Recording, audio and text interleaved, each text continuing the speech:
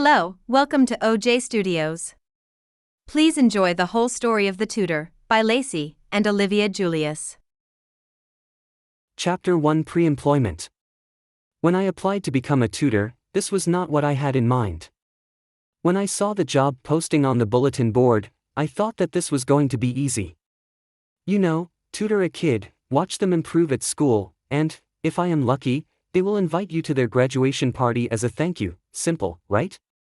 Little did I know that the job was going to be weirder than I could ever imagine. My name is Matt Gilbertson. I am a freshman studying to be an architect at Harmony University. Up until a week ago, I was working at a gas station, minding my own business, just trying to get ahead while working for $10 a month. But one day the gas station unexpectedly closed, leaving my co-workers and me scrambling for new jobs. Without much luck, I decided to head to the campus bulletin board. There, amongst all the help wanted signs, was a sign that said simply, "Help wanted, need great tutors for great pay." Curiosity got better of me, and I found myself knocking on the door of a small office on the outskirts of campus. All that was on the small white trailer was a sign that said Shadow Learning Solutions in big red letters. Under the sign read their motto, "Unlocking Potential in the Shadows." The door swung open to reveal a lady in her 40s, her eyes sharp and calculating.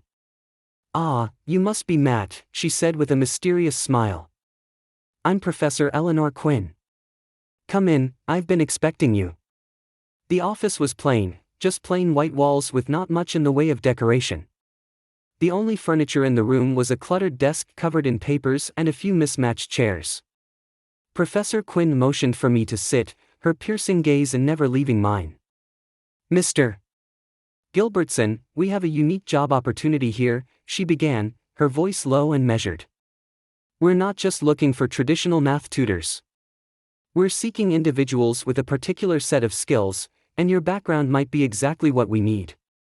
I shifted uncomfortably in the chair, wondering what kind of skills an aspiring architect possessed that made me a suitable candidate for a tutoring position. Professor Quinn, as if sensing my confusion, leaned forward, her expression becoming even more intense. "We're not interested in your skills with architecture or anything like that. What we are interested in is your knowledge of United States history, math, English, science, and everything else."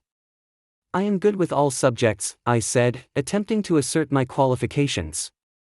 Before I could elaborate further, Professor Quinn cut me off with a knowing smile. "You were the valedictorian in your class in high school." "Yes, I know," she said, revealing the resume I had submitted. The realization that she had meticulously examined my background added an unexpected layer of scrutiny to the situation. "Mr. Gilbertson," she continued, "we are not looking for conventional tutors. Our client base is quite wealthy, and they expect results, and the way we deliver them, well, it's unconventional." "Like what?" I asked, my curiosity now tinged with a touch of apprehension.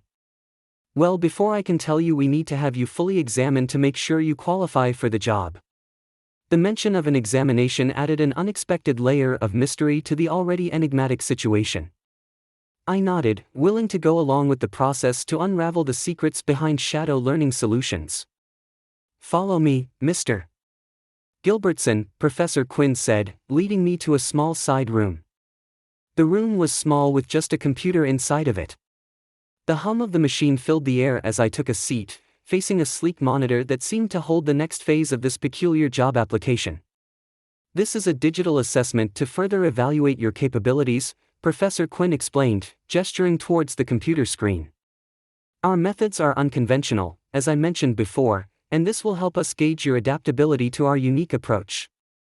I nodded, ready to delve into the unknown once again. The screen flickered to life, displaying a series of interactive modules that covered a broad spectrum of subjects, from complex mathematical problems to historical scenarios and linguistic challenges. "Answer each question to the best of your ability. This assessment is designed to measure not just your knowledge but also your problem-solving skills, creativity, and adaptability," Professor Quinn instructed before leaving the room, leaving me to face the digital challenges alone. As I navigated through the assessment, it became apparent that this was no ordinary test. The questions seamlessly integrated multiple subjects, requiring me to draw connections between disparate pieces of information. The digital challenges transcended the boundaries of traditional education, mirroring the unconventional nature of shadow learning solutions. The questions ranged from solving intricate mathematical equations to analyzing historical events and crafting coherent narratives. It was a mental workout that pushed the limits of my thinking, challenging me to approach problems from different angles. As I progressed, the computer seemed to adapt to my responses, tailoring the difficulty of the questions based on my performance. It was an intricate dance between man and machine, a unique blend of technology and education that I hadn't encountered before. After what felt like both a marathon and a sprint of intellectual challenges, I completed the digital assessment. The screen displayed a simple message. Assessment complete. Please wait for further instructions. Professor Quinn re-entered the room, her expression unreadable. You've completed the assessment, Mr. Gilbertson. Your results will help us determine your suitability for the role and tailor our approach to your unique strengths. I couldn't help but wonder about the mysterious methods employed by shadow learning solutions. The blending of technology and unconventional teaching had piqued my interest, creating a sense of anticipation for what lay ahead. Your journey with us has just begun, Mr. Gilbertson. If you pass this stage, you'll be part of a team dedicated to unlocking the potential in the shadows of knowledge, Professor Quinn said, her mysterious smile once again taking center stage. The following day, my phone rang, and the voice on the other end informed me that I had successfully passed the digital assessment. A sense of accomplishment mixed with curiosity washed over me as the voice continued with instructions for the next steps. Congratulations, Mr. Gilbertson. Your performance on the assessment has earned you a place in the next phase of our selection process, the voice conveyed, its tone hinting at approval. I was instructed to be present at Shadow Learning Solutions for an in-person interview, the final step before potentially joining their unconventional team of tutors. Excitement and nervous anticipation churned within me as I made my way back to the small white trailer. The interview room felt familiar, and Professor Eleanor Quinn once again took charge of the proceedings. This time, the questions delved deeper into my personality, probing not only my academic knowledge but also my ability to connect with students on a personal level. Mr. Gilbertson, we value not just what you know but how you can impart that knowledge in a way that transforms the student, Professor Quinn explained, her gaze searching for something beyond the surface. The questions took unexpected turns, challenging me to think on my feet and showcase my adaptability. It became evident that the role at Shadow Learning Solutions required more than just academic prowess, it demanded a unique blend of intellect, empathy, and creativity. As the interview neared its end, Professor Quinn leaned forward to look at me. This is the point where I see if you are really ready to come work for us. She spoke. Once we get past this point, there is no going back. I'm ready. I replied with a sense of determination in my voice. Professor Quinn's mysterious smile returned, and she stood, signaling the end of the interview. Very well, Mr. Gilbertson. If you're truly committed, then follow me. Professor Quinn's mysterious smile remained as she led me through a series of corridors within the trailer. The plain walls seemed to conceal the secrets of Shadow Learning Solutions. We arrived at a door marked Initiation Room.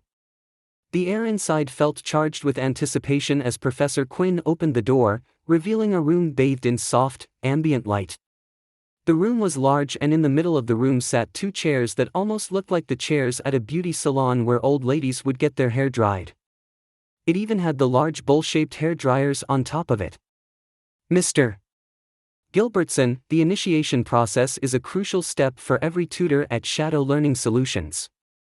It goes beyond the ordinary and prepares you for the unconventional methods we employ, Professor Quinn explained, her eyes fixed on mine. I entered the room, and the door closed behind me. I think I am going to be perfectly clear when I say this, but what you see here is not to be repeated. Do you understand? Yes, ma'am. I said, looking around.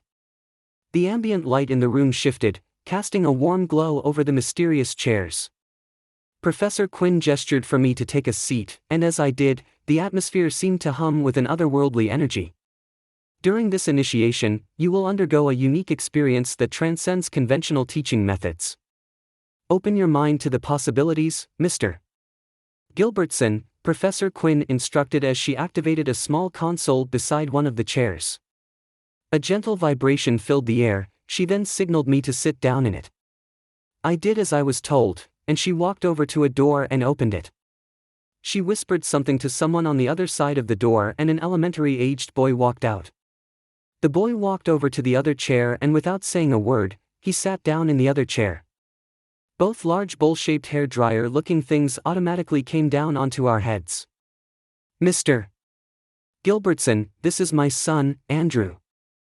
He will be assisting us with this demonstration.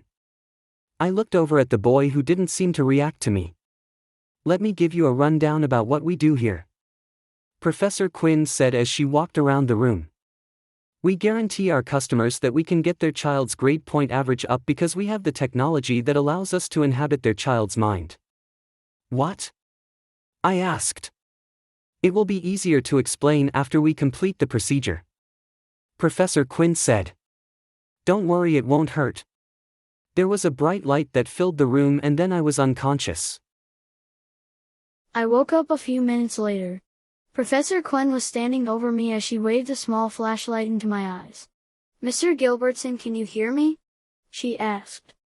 Yes, I can hear you, I replied, feeling a bit disoriented. But there was something else that was bothering me.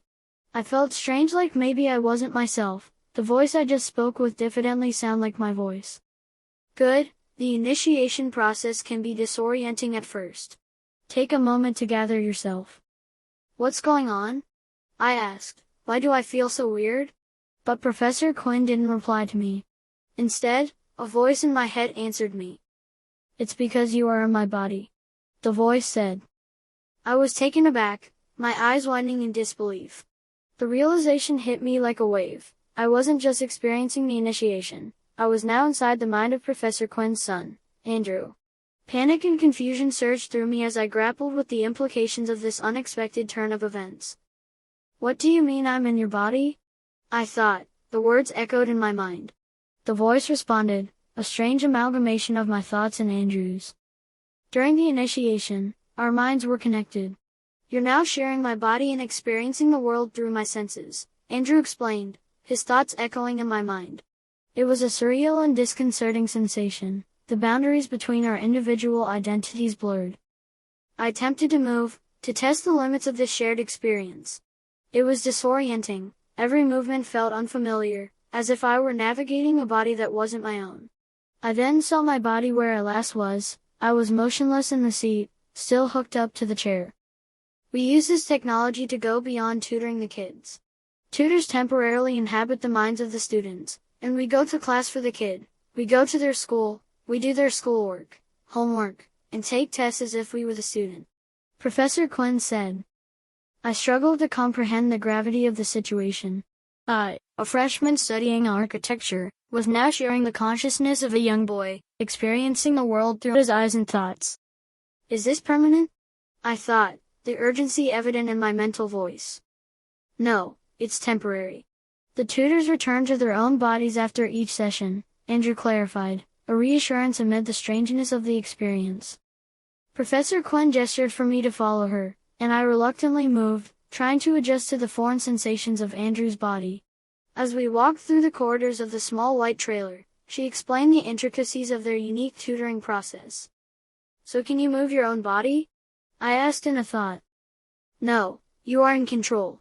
It's like I'm in the back seat of my brain and you're in the driver's seat, Andrew thought back to me. While you're in the child's head, you must only refer to yourself as that child. Professor Quinn said, unknowing that her son and I were talking in his head. So, if I ask you what your name is, what do you tell me? That my name is Andrew? I asked. Correct. Professor Quinn said. Andrew has been doing this for a while, so if you have any questions while I'm going over the process, you can ask him. Yup. Andrew thought to me. So, here's just about this place. Professor Quinn said, stopping in the hall.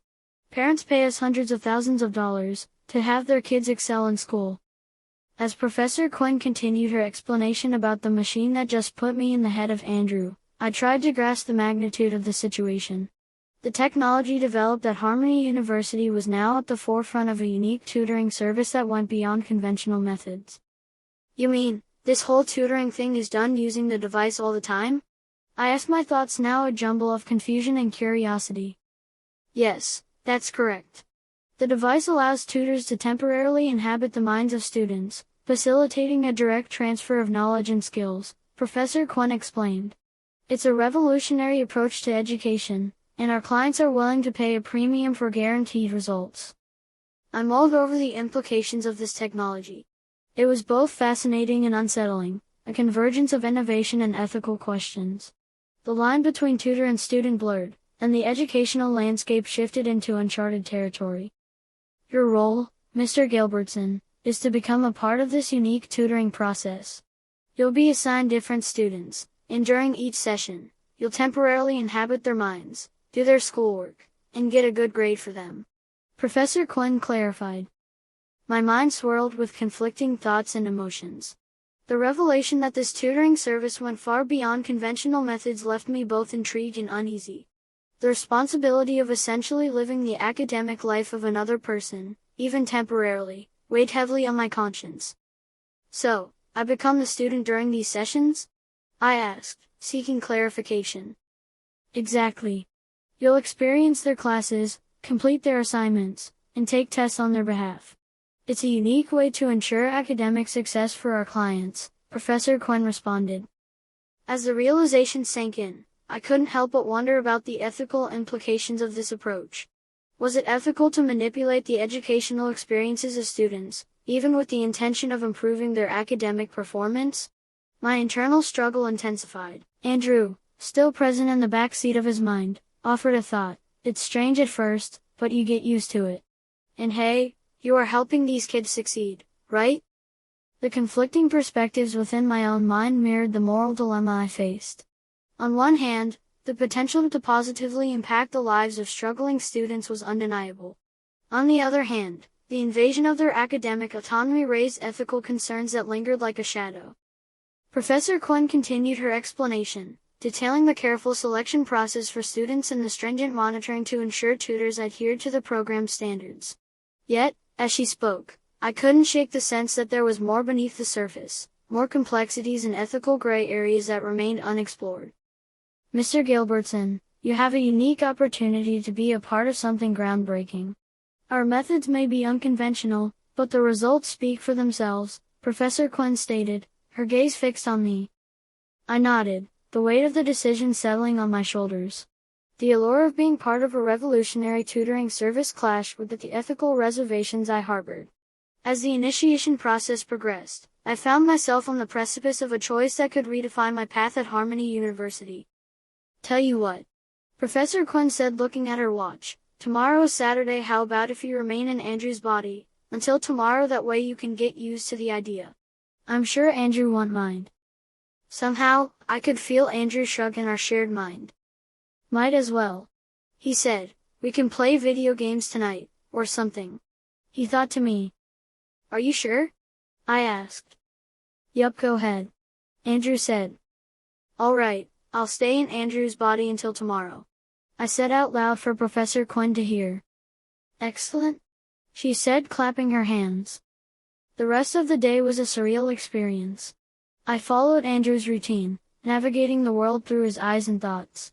We played video games, had dinner with Professor Quinn, and even engaged in casual conversations. It was an odd sensation, being a guest in someone else's mind. Andrew helped me answer questions about him that I didn't know. He acted like a librarian in his own mind to teach me things about him so I could relay it, as if I truly was Andrew. So how long do tutors usually stay in their host bodies for? I asked when we were eating dinner. It depends. Professor Quinn said, shrugging. Some of our clients use us for a few hours, some the whole school day, and others keep the tutor in their kids' mind for days. Our record is a year. That long? I asked. Our full-time tutors, they leave everything behind to do that, and the kids' parents will pay anything to have them in their kid's head. I mean, what would you do to have a prodigy for a kid? I pondered the question, realizing the gravity of the demand for academic success and the lengths some parents were willing to go to achieve it. The concept of a tutor essentially living in a student's mind for an extended period raised both ethical and personal considerations. The night passed, and I was awakened by Professor Quinn. I quickly got up from Andrew's bed and went with her to her car. Andrew told me to get into the back seat of the car and I followed his instructions. "So, we are headed back to put you back into your own body," Professor Quinn said, looking at me through the rearview mirror. "Okay," I said, almost wishing that I could just stay this young a little longer. The car ride back to Shadow Learning Solutions was filled with a strange mix of reflection and anticipation. I couldn't shake the surreal experience of living a day in someone else's mind. As we arrived at the small white trailer, a sense of relief washed over me. The prospect of returning to my own body brought a familiar comfort. In the initiation room, Professor Quinn prepared the reversal process. As she did, Andrew thought spoke to me. "Good job being me for the night." "Thanks," I thought back to him. The ambient light once again filled the space. I found myself back in the chair, inside of my own body. The disorientation that accompanied the return was brief, and I felt a mixture of gratitude and curiosity. "Welcome back, Mr. Gilbertson," Professor Quinn said, her mysterious smile still present. "How was your day in Andrew's shoes?" "It was unlike anything I've ever experienced," I replied, struggling to articulate the complexity of the day. The ethical questions lingered in my mind, but so did the genuine connection I felt with Andrew during our shared experience. "Well, if you're still interested after all that, come to this address tomorrow. I might already have a kid ready for you to tutor." "Who?" I asked, but Professor Quinn just shook her head. "You will find out tomorrow." The next day, armed with a mix of uncertainty and newfound knowledge, I made my way to the new address Professor Quinn had given me. It was in a small strip mall just outside the town, its unassuming exterior belying the unconventional practices within. As I entered, Professor Quinn greeted me with that mysterious smile that seemed to hint at the secrets held by Shadow Learning Solutions. She led me down to the basement of the room where another 2 chairs sat next to each other. They were like the ones I had encountered during the assessment. The anticipation of the unknown loomed in the air. "Mr. Gilbertson, we have a student ready for your unique tutoring experience," Professor Quinn announced, her eyes gleaming with expectation. I took a deep breath, steeling myself for the next phase of this extraordinary journey. "Before I bring them out, I want to tell you something first. Their father wants a full-time tutor. This means that if you agree, you will be in the kid till the end of the school year. That also means that if I do this, I'll be giving up my college classes too," I said, "plus my parents will wonder why they don't see me anymore." "We have a plan for that," Professor Quinn said. "We will switch all your classes to online. We have a small group that does all the tutors' homework when they are away. Your teachers won't even know the difference. Plus, if your parents call you or want to video chat you, then we can have someone take your body and use it to talk to your parents. And if they come over, you can always return to your body, hang out with them for the day, and then return to your kid's body too." "Okay," I said, nodding. "I guess I'll do that." "Great," Professor Quinn said. "Now that that's out of the way, meet the kid you're tutoring. Meet Lily Thompson," Professor Quinn introduced, gesturing toward a young girl who walked in from a side room. Lily looked up at me with curious eyes, and I could sense a mix of apprehension and hope in her gaze. She kept her hands in the pockets of her shorts as she walked to the chair. "Lily here is 10 years old, in the 5th grade at this St. Mary's School for Girls, and she's a girl," I said. I did not mean to interrupt her. "She is," Professor Quinn confirmed. "Isn't that weird for a college-aged guy to be in a little girl's body?" I asked. "Here it happens all the time," Professor Quinn said, shrugging. "Mr. Gilbertson, in our world, what matters is the knowledge and skills we impart, not the gender or age of the tutor," Professor Quinn explained, her tone firm. "Our clients seek results, and we deliver. Lily's parents believe in our methods, and your role is to ensure her academic success." I nodded, understanding that the unique nature of Shadow Learning Solutions transcended conventional norms. Lily sat in the chair next to where I was to sit. I didn't know what to expect. I never really thought about what it would be like to be a girl before. I looked over at Lily, who just looked down at the ground. Her long brown hair fell neatly around her shoulders. I couldn't help but wonder how many times she has done this before. Professor Quinn initiated the process once again. Chapter 2 Lily. The transition was smoother this time, the familiar sensation of inhabiting another person's mind settling around me. I could feel Lily's thoughts, her innocence, curiosity, and a touch of anxiety. Hello? I thought spoke to Lily. I felt Lily's consciousness appear, just like with Andrew I had full control of her body, she was just in the back seat of her own mind. Lily's response was hesitant, as if testing the waters of this shared experience. Hi. She thought spoke to me. I'm Matt, your tutor, I said awkwardly, navigating the delicate balance between being myself and embracing Lily's identity. The challenge of adapting to a 10-year-old girl's perspective brought a unique set of considerations. Matt, Professor Quinn greeted, her voice now reaching me through Lily's ears. Can you hear me? Yes, I said using Lily's girly voice. Good. Professor Quinn said smiling. Now, remember Matt, just like with Andrew, you are to act and behave like Lily. If you have any questions, don't be afraid to ask Lily, she knows what to do. Now I'll let you two be alone, while I go talk to Lily's father. Go ahead and get to know her. I shook my head to acknowledge her. I still had to get used to being in this body. I took Lily's hands out of her pocket and looked at them. Her nails were painted light pink, something that I, someone who grew up as a boy, wasn't used to. So, you're not used to being in a girl's body? Lily asked in her thought speak. No. I admitted, this is only my second time doing this. I admitted in thought speak. Don't worry. She spoke. I can teach you, you are going to be me for a long time. I then felt Lily sigh a little. Don't worry, you are not the first one to be in my head. My dad says that doing this will ensure I will have a great start when I become an adult. I could now feel her sadness as she thought about it. So, what do I need to know about you? I asked, taking her mind off the subject of her own mind being hijacked. Well, like Professor Quinn said, I go to St. Mary's School for Girls, I guess we now live there during the week, and then on weekends I go back home. Sounds good. I spoke in the thought speak. I wanted to ask more questions, but then a man waked into the room. That's my dad. Lily whispered even though there was no way her dad could hear her in my head. I faced him and I put my hands together in front of me, trying to look professional. Hi Mr. Thompson. I said reaching out my hand. He looked at it affronted. Look, I know my daughter is not in control and that you're trying to make a good impression, but as long as you're in Lily's body you will only refer to me as father, do you understand? Say yes. Lily thought spook. Yes, father. I spoke. Good, Mr. Thompson said Lily's last tutor didn't live up to my expectations and I had to ask Professor Quinn for a replacement. I hope you can do better. Yes, father.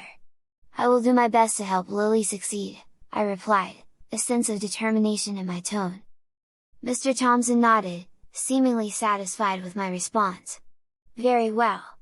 And Lily, I know you are in there and that you can hear me. I want you to be on your best behavior, no back talking or causing problems with Matt, he's here to help you. Tell him yes father for me. Lily thought spoke. She said yes father. I repeated for Lily. Good. Lily's dad said before standing up. Now, I need to take you to your school, Lily. Hurry now, I got business to take care of after I take you to school. With that, Mr. Thompson left the room with me following behind him. We walked back upstairs and out of the strip mall. While I walked, Lily told me more about her life. She shared details about her favorite subjects, hobbies, and friends. As we approached the sleek black car, Mr. Thompson opened the door for us. I got in the back seat.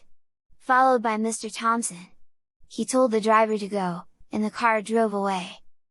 I looked out the window of the car and watched as the strip mall disappeared with my body in it. The car ride to St. Mary's School for Girls was filled with a mix of small talk and instructions from Lily on how to navigate her daily routine. Mr. Thompson for his part didn't say a word. He didn't know that I was talking to Lily in my head, but I figured he could guess that I was. The car pulled up to a gated entrance, and as the gates opened, I could see the impressive facade of St. Mary's School for Girls. The school grounds were vast and well maintained, exuding an air of privilege and tradition. Lily explained the layout of the school, her favorite spots, and the classes she enjoyed. I got out of the car and Mr. Thompson remained inside. The driver opened the trunk and handed me her pink book bag and her suitcase. "Be good this week, Lily," he said with a nod. "I'll see you after school on Friday." "Bye, Father," I said before he closed the door and told the driver to drive off. Since today was still Sunday, not very many students were here. The halls of St. Mary's were almost abandoned. The school had an air of sophistication and history, and I couldn't help but feel a mix of awe and trepidation. Lily guided me through the unfamiliar terrain, and I did my best to adopt her mannerisms and blend in. I went up to the dormitory where Lily stays during the week. Lily helped guide me to her room. I found her room key in Lily's book bag and opened her room's door. Inside her room were 2 beds, 2 desks, and 2 dressers. It was set up like the dorm rooms at school were. Lily's room had a cozy and lived-in feel, with personal touches that reflected her personality. The walls were adorned with posters of her favorite bands and artists. Stuffed animals occupied one corner of the room, and a small desk was cluttered with notebooks and school supplies. I placed Lily's suitcase on the bed and looked around, trying to absorb the details that would help me seamlessly slip into her life. The room felt like a snapshot of a typical 10-year-old girl's space, and I marveled at the opportunity to experience it firsthand. The room was neat and well organized, reflecting Lily's personality. Posters of pop stars adorned the walls, and a small desk held books and school supplies. I put her suitcase on the bed and glanced around, taking in the details that would help me navigate Lily's daily life. "Okay, so this is my side of the room," Lily thought spoke to me. "Courtney is my roommate, and she has the other side of the room." "You have a roommate?" I asked. Now I was a little scared that I would have to pretend to be a girl so early. "Don't worry, Courtney is cool. I think you will like her a lot." Lily guided me through her routine, unpacking, arranging her belongings, and preparing for the week ahead. The realization that I would be living Lily's life settled in, and I couldn't help but feel a sense of responsibility for her academic success. I sat down on the bed and looked around the room, not knowing how I was going to get through this. Then suddenly the door of the room flew open, and a girl walked in. She was a blur as she quickly put her suitcase on her bed and then came over to me and hugged me tightly. Then just as quickly, she stopped and looked at me. "Wait, you were supposed to get a new tutor this week." She knocked lightly on Lily's head. "Hello, are you in there?" The girl who I am guessing is Courtney had a southern accent. If I had to guess, she was probably from South Carolina or Georgia. "She knows about us?" I asked Lily in a private thought speech. But before Lily could say anything in return, Courtney smiled wide and said, "Don't worry in there, I am the same way. Hi, my name is really Emily, I tutor Courtney, and don't worry, you are safe here." The revelation that Courtney was Emily, a tutor inhabiting the body of Courtney, left me both surprised and relieved. "So, I don't know if Lily told you about the rules for us, but even in private when we are talking to each other, we remain in character. So, you will never refer to me as Emily, you will only refer to me as Courtney, and I'll do the same, I will never refer to you as your real name, I'll just refer to you as Lily." "Makes sense," I spoke. "And if Lily wants to say something to us, then she is just as much of a voice that we do." I felt Lily perk up a little bit at the reference to her. "I don't usually talk much," she admitted in her thought speech. "I'll let you know when I do want to." "So, what is your real name, just so I know?" "It's Matt," I said. Courtney's eyes went wide. "You're a guy stuck in the body of a little girl?" she asked. "Yeah, kind of," I said with a bit of unease. "This is wonderful. Don't worry, you are not the only poor guy stuck in a girl's body in an all-girls school. Oh, I can't wait to introduce you to the others. How many more tutors are there in the school? I asked, now curious. Only 3 more? Courtney said. Our resident advisor is Zoe, she's the oldest, and she's in high school. Her tutor's Steven, he is the other guy that's in a girl's body like you. Then there's Jessica, she's in the same grade as us, and her tutor's name is Sarah. Then there is the youngest of us, her name is Samantha, she is in kindergarten, her tutor's name is Madison. I thought for a moment, I would have hated to be in the body of a kindergartner. I'd like to meet them, I said, almost excited that I was no longer alone in this weird experience. And you will? Courtney said. Tonight, we will have party in here so we can properly introduce ourselves to you, and that will give you enough time to get used to us. The prospect of meeting other tutors in similar situations eased some of my initial apprehension. Courtney's enthusiasm and the promise of a welcoming party brought a sense of camaraderie to the unique experience we shared. So, are you full-time in Lily's body? Or do you get to be off during the weekends? Courtney asked me. I am in here until the end of the school year. I spoke. Oh, that's a shame. Courtney said. I am part-time, on Friday after school I leave Courtney's body and then return Sunday afternoon. It gives us a break. My old tutor used to be like that, Lily said in her own thought speech. It was nice, but Dad saw that I wasn't studying on my own without my tutor in my head and then he decided to make the tutor full-time. Courtney looked at her phone and then smiled at me. Well Lily, it's time to go downstairs to the cafeteria. Mrs. Reed, the lunch lady, makes us a great Sunday afternoon lunch. Before I could make up an excuse, Courtney took my hand and pulled me out of the dorm room and into the hall. She's not wrong, Lily said in thought speak. She really does make really good food. We both walked down to the cafeteria. Courtney and I talked about how the party tonight was going to be epic. But we also couldn't let any eavesdroppers know that I wasn't used to being Lily, so we kind of had to speak in code with Lily translating for us. Where the delicious aroma of Mrs. Reed's cooking greeted us.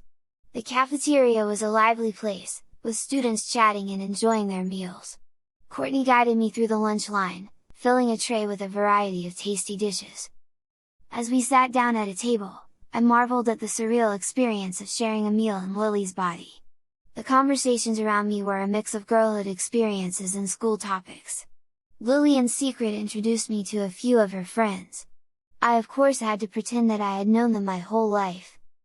During the meal, Courtney continued to provide me with small tips on how to navigate Lily's life seamlessly.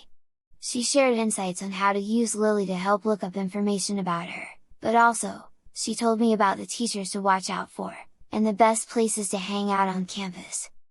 Trust me Lily, I have been doing this since I was in the 1st grade, Courtney said. Translation: Emily has been in and out of Courtney body tutoring her since the 1st grade. Lily said in her thought speak. Courtney's mom, the real Courtney that is, recommended this to my dad 3 years ago. After lunch, we headed back to the dorm room, and Courtney suggested we start preparing for the evening gathering.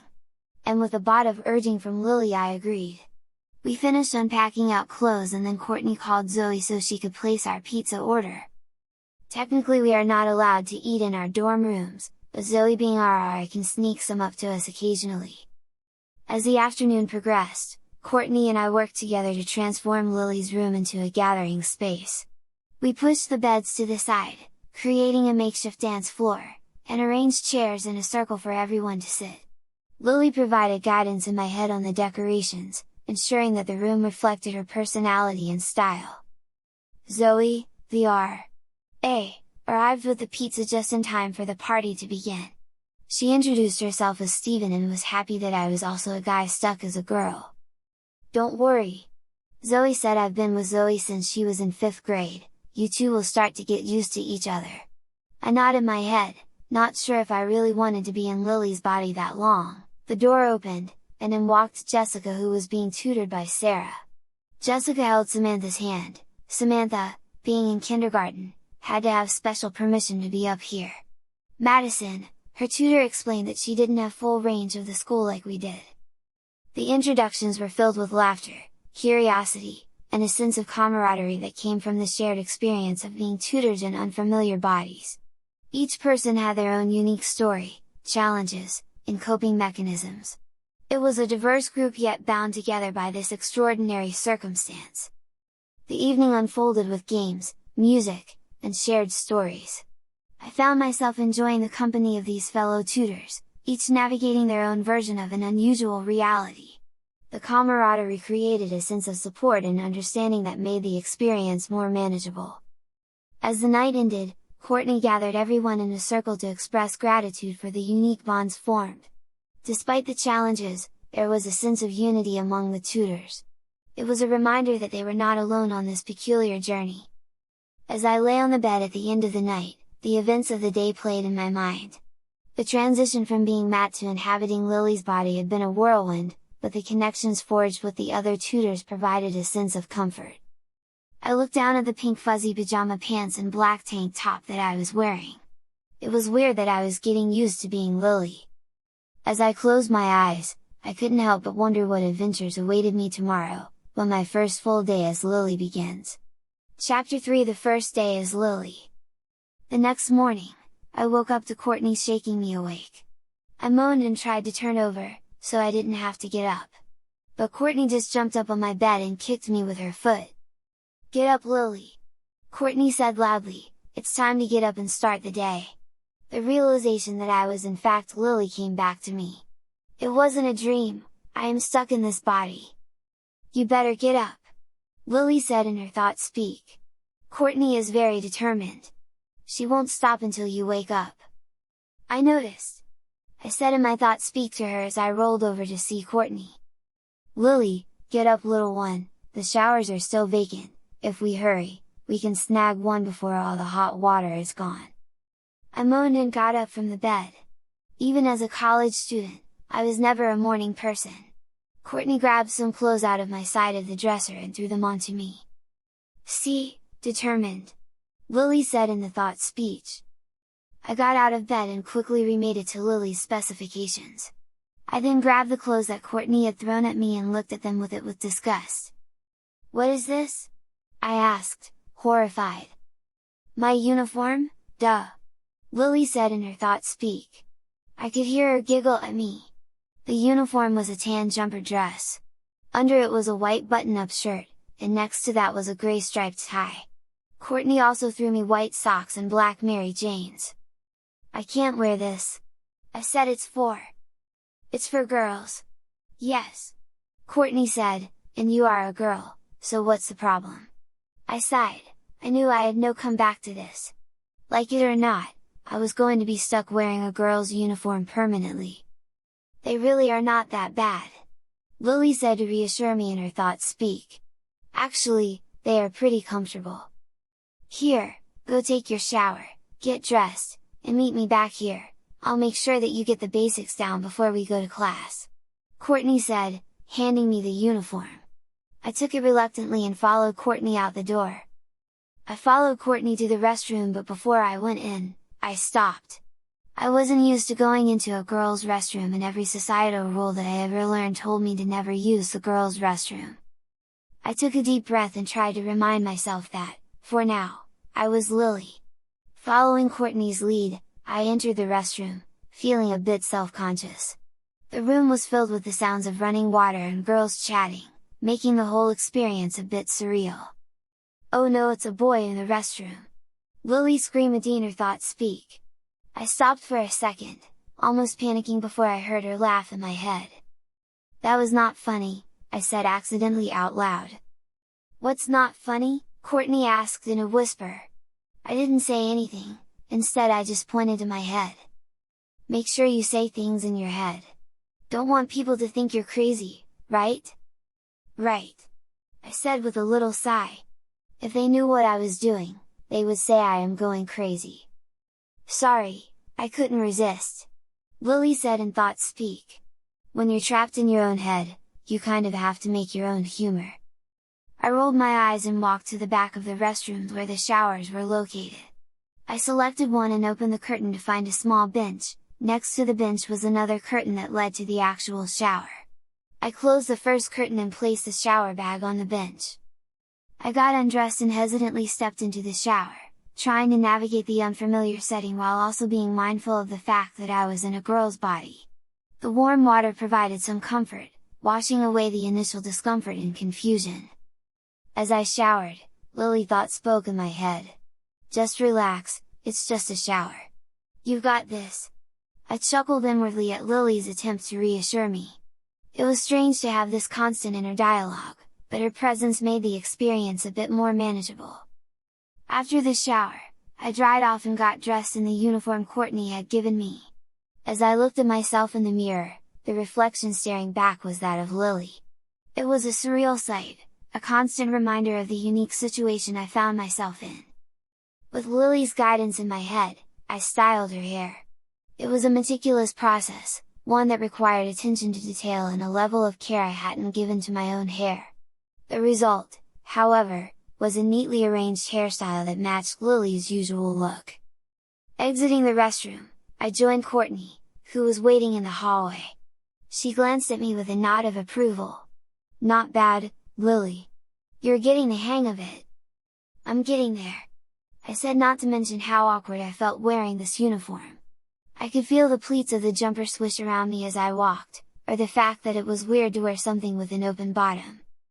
As we walked back to the room, Lily filled me in on the schedule for the day and the layout of the school. I listened intently, trying to absorb as much information as possible.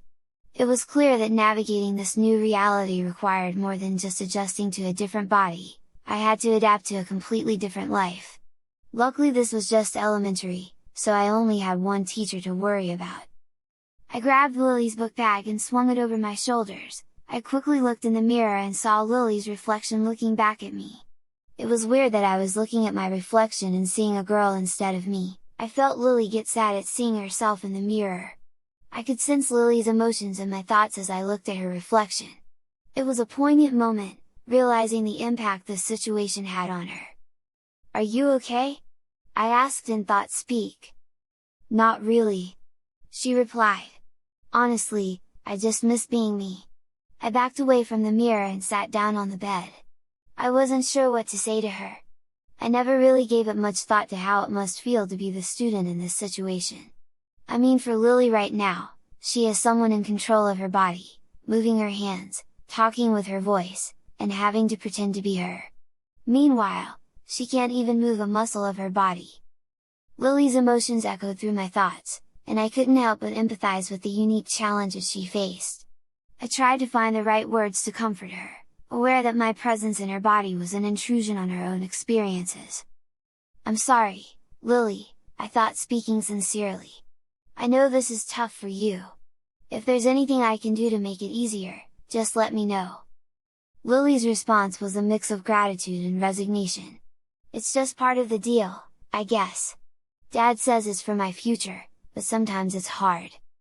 As we continued our conversation and thought speak, Courtney walked in and noticed the somber atmosphere. "Everything okay in there?" "Lily's just feeling a bit down," I explained to Courtney. "It's a lot for her to handle, being stuck in her own body while someone else controls it." Courtney nodded understandingly.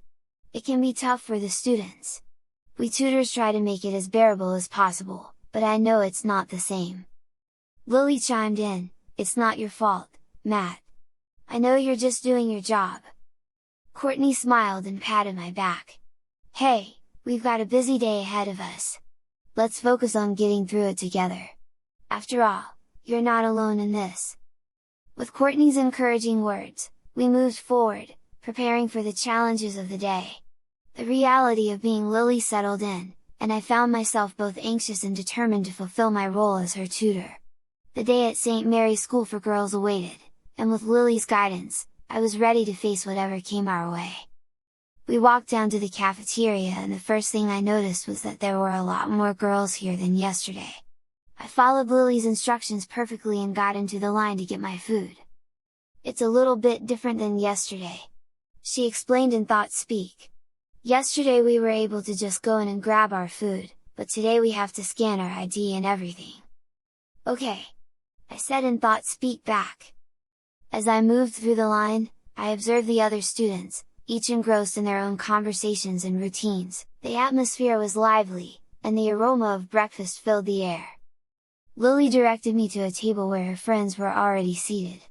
Courtney joined us, taking a seat next to me, and the group engaged in light conversation. Lily told me what to say whenever the conversation turned to her. To be honest, after a few minutes it felt like normal to be talking as her. As we enjoyed our breakfast, Lily filled me in on the morning routine and the schedule for the day. She also provided me with additional insights, ensuring that I could seamlessly blend into her daily life. The interactions with Lily's friends were friendly, though I couldn't help but feel a subtle sense of disconnection. The realization that I was inhabiting Lily's body and engaging in her social circles brought a mix of curiosity and awkwardness. After finishing the meal, Lily guided me on how to dispose of the tray and utensils properly. The routine seemed straightforward, but the nuances of navigating a girl's life were becoming more apparent. As we left the cafeteria, heading towards our 5th grade classroom, I couldn't help but feel some sort of pride in myself for at least surviving this long. We got to her classroom and Lily told me which seat was hers. Unsurprisingly, it was right next to Courtney's chair. I sat down in Lily's assigned seat, feeling a mix of anticipation and nervousness as the classroom began to fill with students. The teacher, Mrs. Henderson, entered the room and greeted everyone, setting the tone for the day. "Okay class, let's begin with history today," Mrs. Henderson said as she turned on the projector. "So, what do you know about history?" I asked in thought speech to Lily. I felt her shrug. "We are learning about Egypt right now," she spoke. "Good, can you answer any question that might go to you?" I asked. "I can try," Lily said. "Well, I guess we will see what you can do," I said in private. As Mrs. Henderson started the lesson, I paid close attention, making sure that Lily heard everything that Mrs. Henderson was teaching. As the lesson progressed, Mrs. Henderson posed a question about the ancient Egyptian civilization, directing it towards Lily. I felt Lily straighten up in my mind before she quickly told me in private thought speech. I repeated what Lily told me and Mrs. Henderson seemed satisfied with the answer, and the class continued. As the day unfolded, I navigated through different subjects, relying on Lily's knowledge to keep up with the curriculum. It became a delicate dance of managing both Lily's thoughts and my own, trying to maintain a balance between her identity and mine. During recess, I joined Lily's friends on the playground. It was a refreshing break from the academic challenges, and I found myself enjoying the company of her friends. They chatted about various topics, and I did my best to contribute while staying true to Lily's personality. The school day continued with its usual rhythm, and by the time the final bell rang, I felt a sense of accomplishment. I had successfully made it through my first day as Lily, navigating the challenges of elementary school life. As we walked back to the dorms, Courtney congratulated me on a job well done. "You're a quick learner, Matt. I knew you'd adapt." Everything was going well until a stern woman's voice came over the public address system. "Lily Thompson and Courtney Patterson, please report to the front office." I repeat, "Lily Thompson and Courtney Patterson, please report to the front office." I looked over at Courtney wondering what we had down. Courtney just smiled. "After the first 24 hours Professor Quinn brings you back to the office just to make sure that you're adapting alright," she said, giving me a smile. "And I'm going back because Monday is my Skype calls with my real mom." "So, will I get to see you as Emily?" I asked. Courtney stopped as if she wasn't sure what she was going to say. "I don't know," she said, but her tone made it seem like she was hiding something from me. Chapter 4: The Meeting. Courtney was right.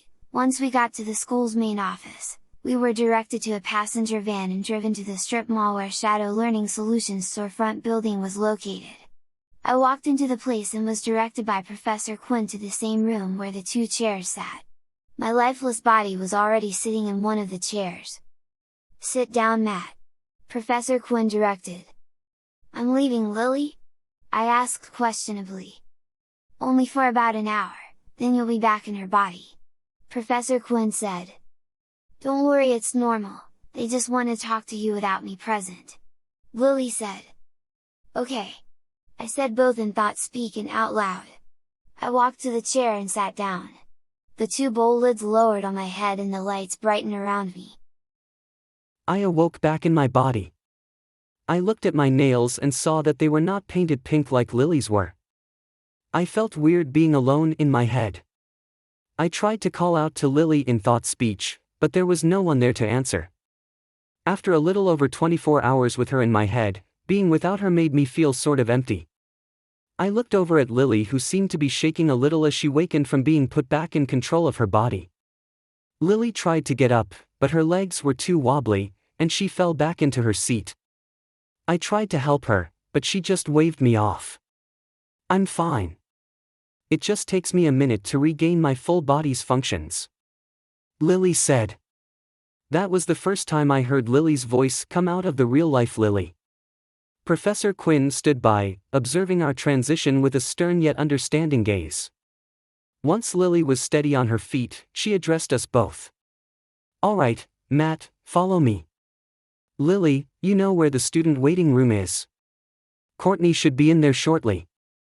Lily nodded her head and walked to one door while I followed Professor Quinn to another door. I followed her into a hallway. We walked down the hall to her office and Mrs. Quinn opened the door, allowing me to go in first. The room was filled with the scent of aged books and a soft hum from her computer. The trailer was bare bones, but this office seemed to be the complete opposite. Professor Quinn gestured for me to take a seat in a comfortable chair facing her desk.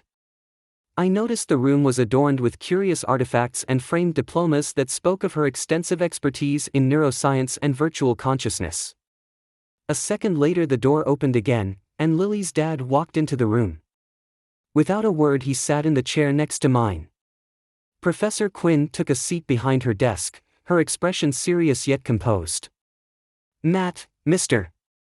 Thompson, thank you both for joining me. She then turned her attention to me. Matt, whenever we have a new long-term tutor in a student, we always check and make sure that everything is going all right and that this is a good match for you and Lily. Everything is great, I said honestly. Are you adjusting all right? I know going from male to female in your first assignment can be challenging. Are you adapting to life as a 10-year-old girl all right? It's a bit of a learning curve, but I'm learning, I spoke. Lily has also been helping me. Great, Professor Quinn said. Mr. Thompson, is there anything you would like to add? Not at this point, he said, looking at Professor Quinn. Great, Professor Quinn said. That brings me to our next problem. Matt, you parents want to see you this weekend and they are not taking no for an answer. Okay, so what, do I just leave Lily for a few hours and go see them? I asked. That would be unacceptable, Lily's dad said in a thunderous reply. I pay you all good money for him to stay in my daughter's head, ensuring that he keeps Lily focused on studying. True, but these things do come up, Professor Quinn said, quieting him down. I can take her to my apartment with me, I suggested. I can just tell my parents that I'm babysitting her. Professor Quinn just shook her head no. Sadly, we can't just do that, she said, still shaking her head.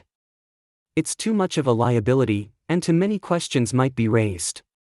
Then put her in my head, I said before I think about what I was suggesting.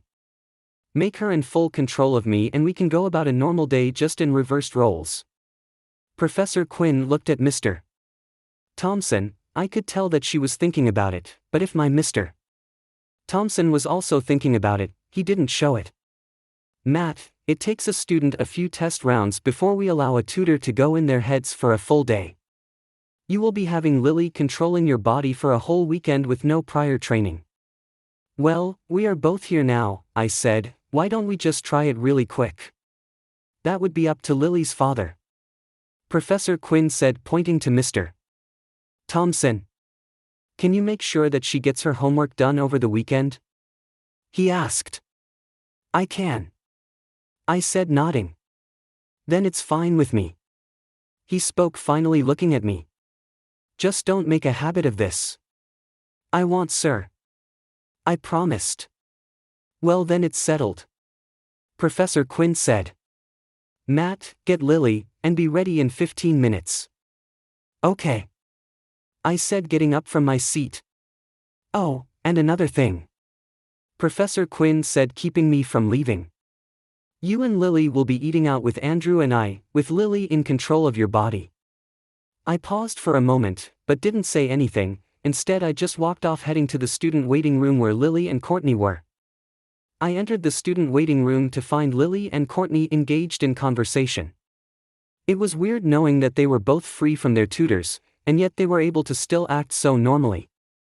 They both changed out of their uniforms, and they were both wearing jeans and a t-shirt. I guess that they have clothes here that they can change into as well. They looked up as I approached, and Lily gave me a curious look. What's going on? Lily asked. Is it time to have you back in my body?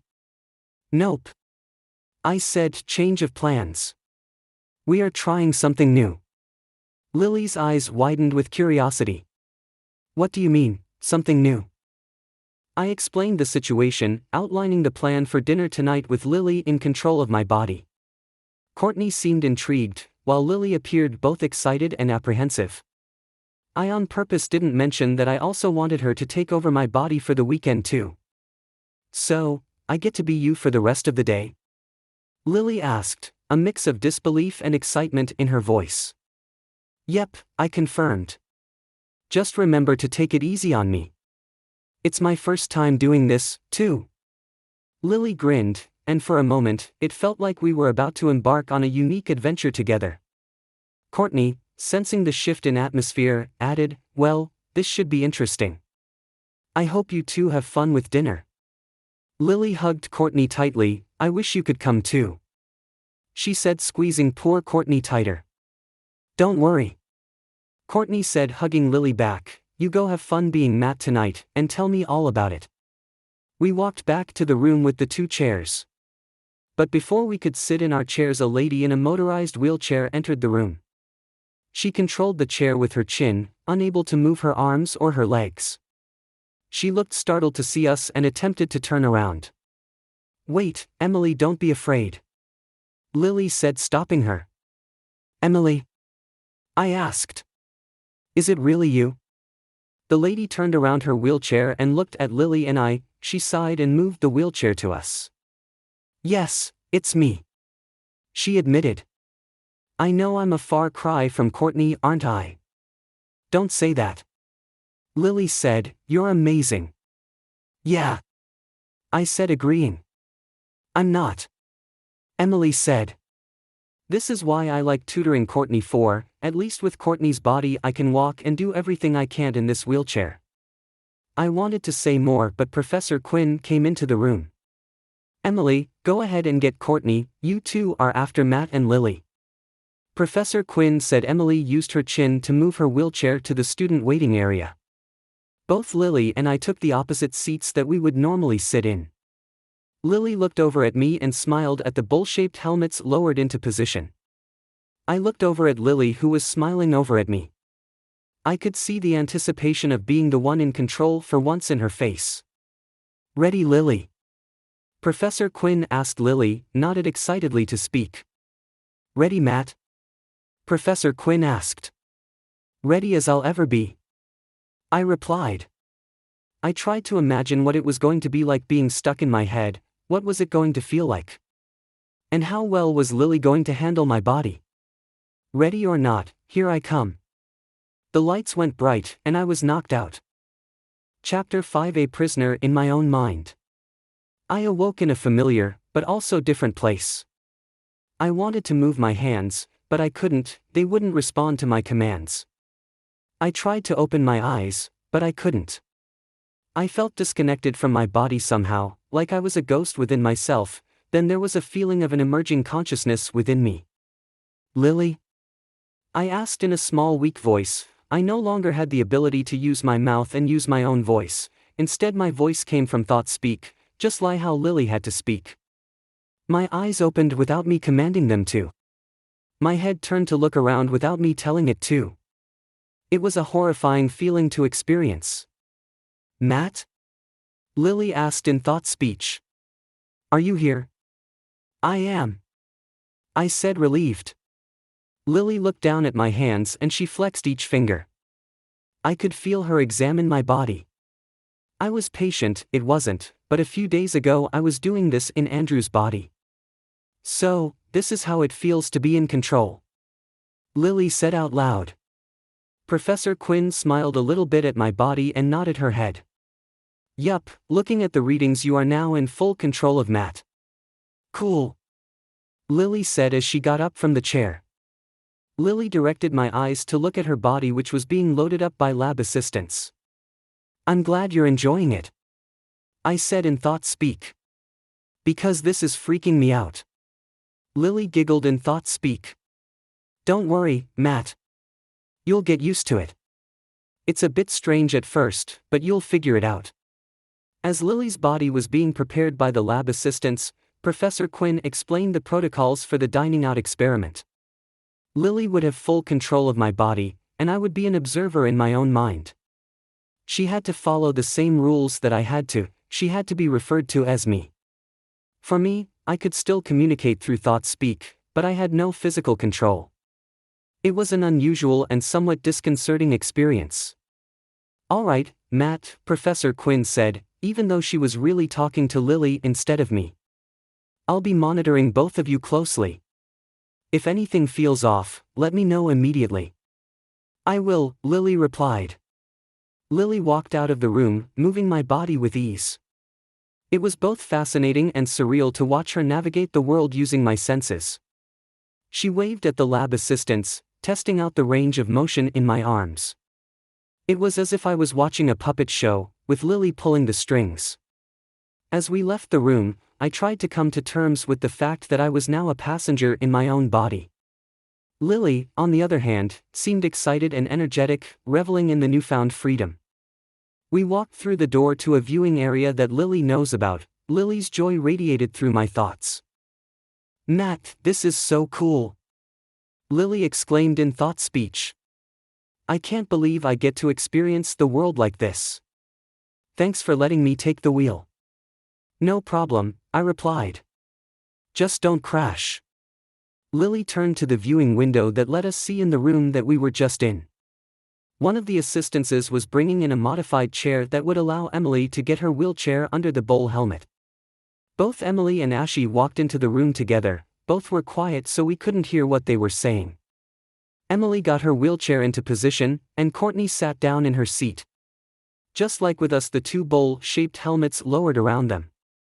The lights flashed brightly for a second, and then, after a minute, Courtney got up from the seat while Emily didn't move at all.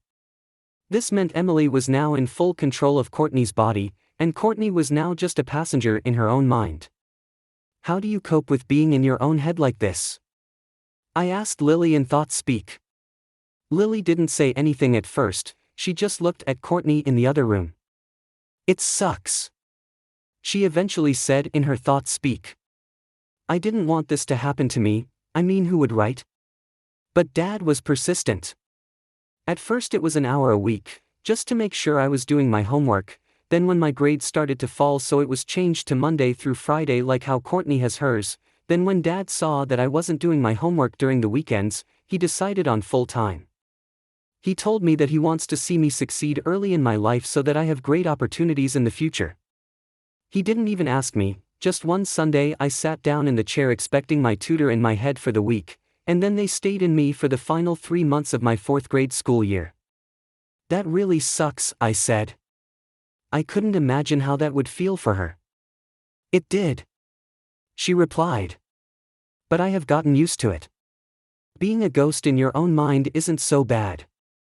And with the right tutor, it can be fun. As we continued our conversation through Thought Speak, Lily shared more about her experiences of being a ghost in her own mind, as she describes it. She described the initial struggles of adapting to this unique situation, the challenges of having someone else control her body, and the gradual acceptance that came with time. It's not easy, Lily admitted. But I've found ways to make the best of it. Having a good tutor, like you, helps. It's like having a companion in my own head. I'm glad I can be here for you, I replied sincerely. But it must be tough not having control over your own body. How do you manage? Lily chuckled in Thought Speak. You get creative. I've learned to find joy in the little things, like observing the world around me, making plans, and even enjoying the company of my tutors. It's a different kind of existence, but I've adapted. Courtney came through the door and found me. She smiled at us. She looked very happy as she announced that Professor Quinn also invited her out to dinner too. That's great, Lily said in my voice. So, how does it feel in there? Courtney asked, obviously talking to Lily and not me. I think you're the youngest who has ever been in control of their tutor's head. Second youngest, a boy corrected, scarring both Lily and me. Andrew walked into the room and looked at me/Lily up and down. When I was in second grade, my tutor wanted to do the same thing that Matt here is doing. She allowed me to go in her head for the weekend, freaked out, and quit as soon as she regained control of her body. Actually, Lily, I wouldn't be surprised if you told me that Matt was right now in your head screaming and panicking. He's not, Lily said. Then in private thought speech she asked, are you panicking? I'm not, I said to her in thought speak. I'm getting used to it. He says he's getting used to it, Lily said out loud, translating my words so the group could know what I said. Well, just watch out, Andrew said. Lily and Courtney, you were forced to have a tutor in your head. Matt here has never been forced or manipulated to have a tutor in his head. There is a big difference. Andrew's words lingered in the air, adding a layer of complexity to the situation. As the group continued their discussion, I realized that this experience, which initially seemed like an intriguing opportunity, carried its own set of challenges and ethical considerations. Despite the uncertainty, Lily took the opportunity to enjoy the moment. She steered my body toward the exit, ready to embrace the experience of being in control for the evening. We walked through the building, and Lily marveled at the sensation of guiding my physical movements. The evening unfolded with dinner at a local restaurant. Professor Quinn, Andrew, Courtney, and Lily sat at a table, engaged in lively conversation. It was an odd dynamic, with Lily playing the role of me, using my voice, and participating in discussions as if she were truly in control.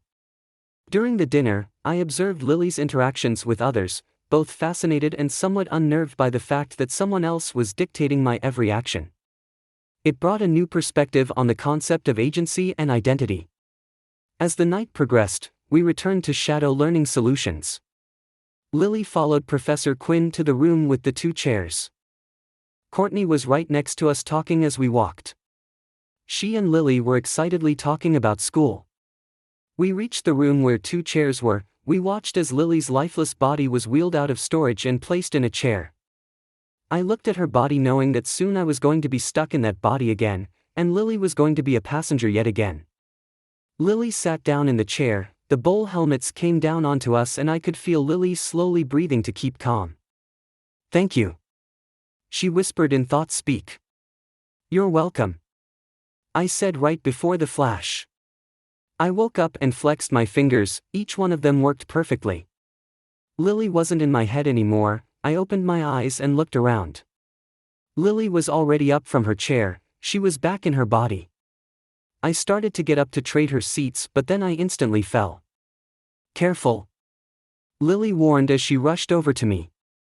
You are always weak after you retake control of your body, even if it's just been a few hours. Lily, with the help of Courtney, helped me up onto my feet. I took 3 wobbly steps before being able to walk normally again. So, I guess it's time to do this again? I asked. Lily looked up at me and then hugged me around my waist. Thank you, she whispered. Thank you for letting me be in control of you for once. I knelt and hugged Lily back. You're welcome, I said. Now let's go, we don't have much time before curfew at the school. Lily took a deep breath before nodding. She looked at the chairs and I could tell that she was wishing that she didn't have to go back to being a ghost in her own mind. Hey, I whispered to her to get her attention. This weekend, I must go see my parents. Professor Quinn and your dad have already agreed to let you pilot my body the whole weekend. Would you like that? I asked. Lily's face lit up as she thought about it. You're the best tutor I have ever had, she said, hugging me again. I led Lily to her chair, and I sat in mine, the bowl-shaped helmet lowered down, and before I could prepare myself, there was a sudden flash, and everything went dark. Now fully inside of Lily's head, we were hurriedly escorted to Professor Quinn's car and taken back to St. Mary's School for Girls. With the help of Zoe, Courtney and I were able to get back to our dorm rooms without being noticed. We were a little past our curfew, but that didn't matter too much. I guess it pays to have a resident advisor who is in the same boat as you.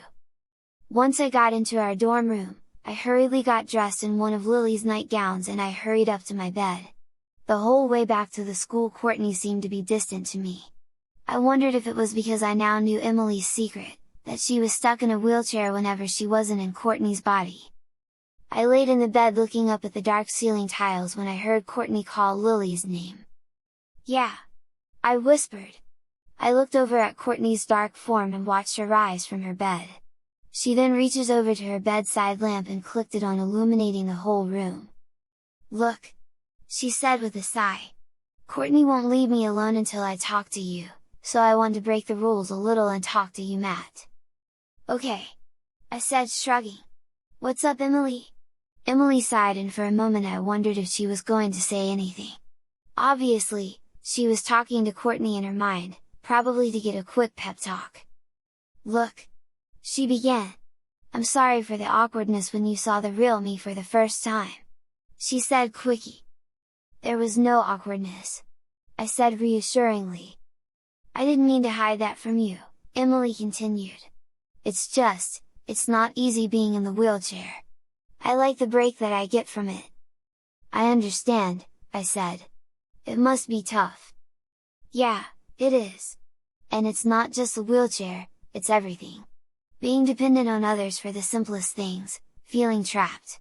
That's why I appreciate the time I spend in Courtney's body. It's my escape, my chance to experience the world in a way I can't on my own." "I get it," I replied. "And you have nothing to be afraid of, you're more than welcome to share anything with me." Emily paused for a moment, I could see tears start to form in her eyes. "When I was in high school, I thought I was invincible.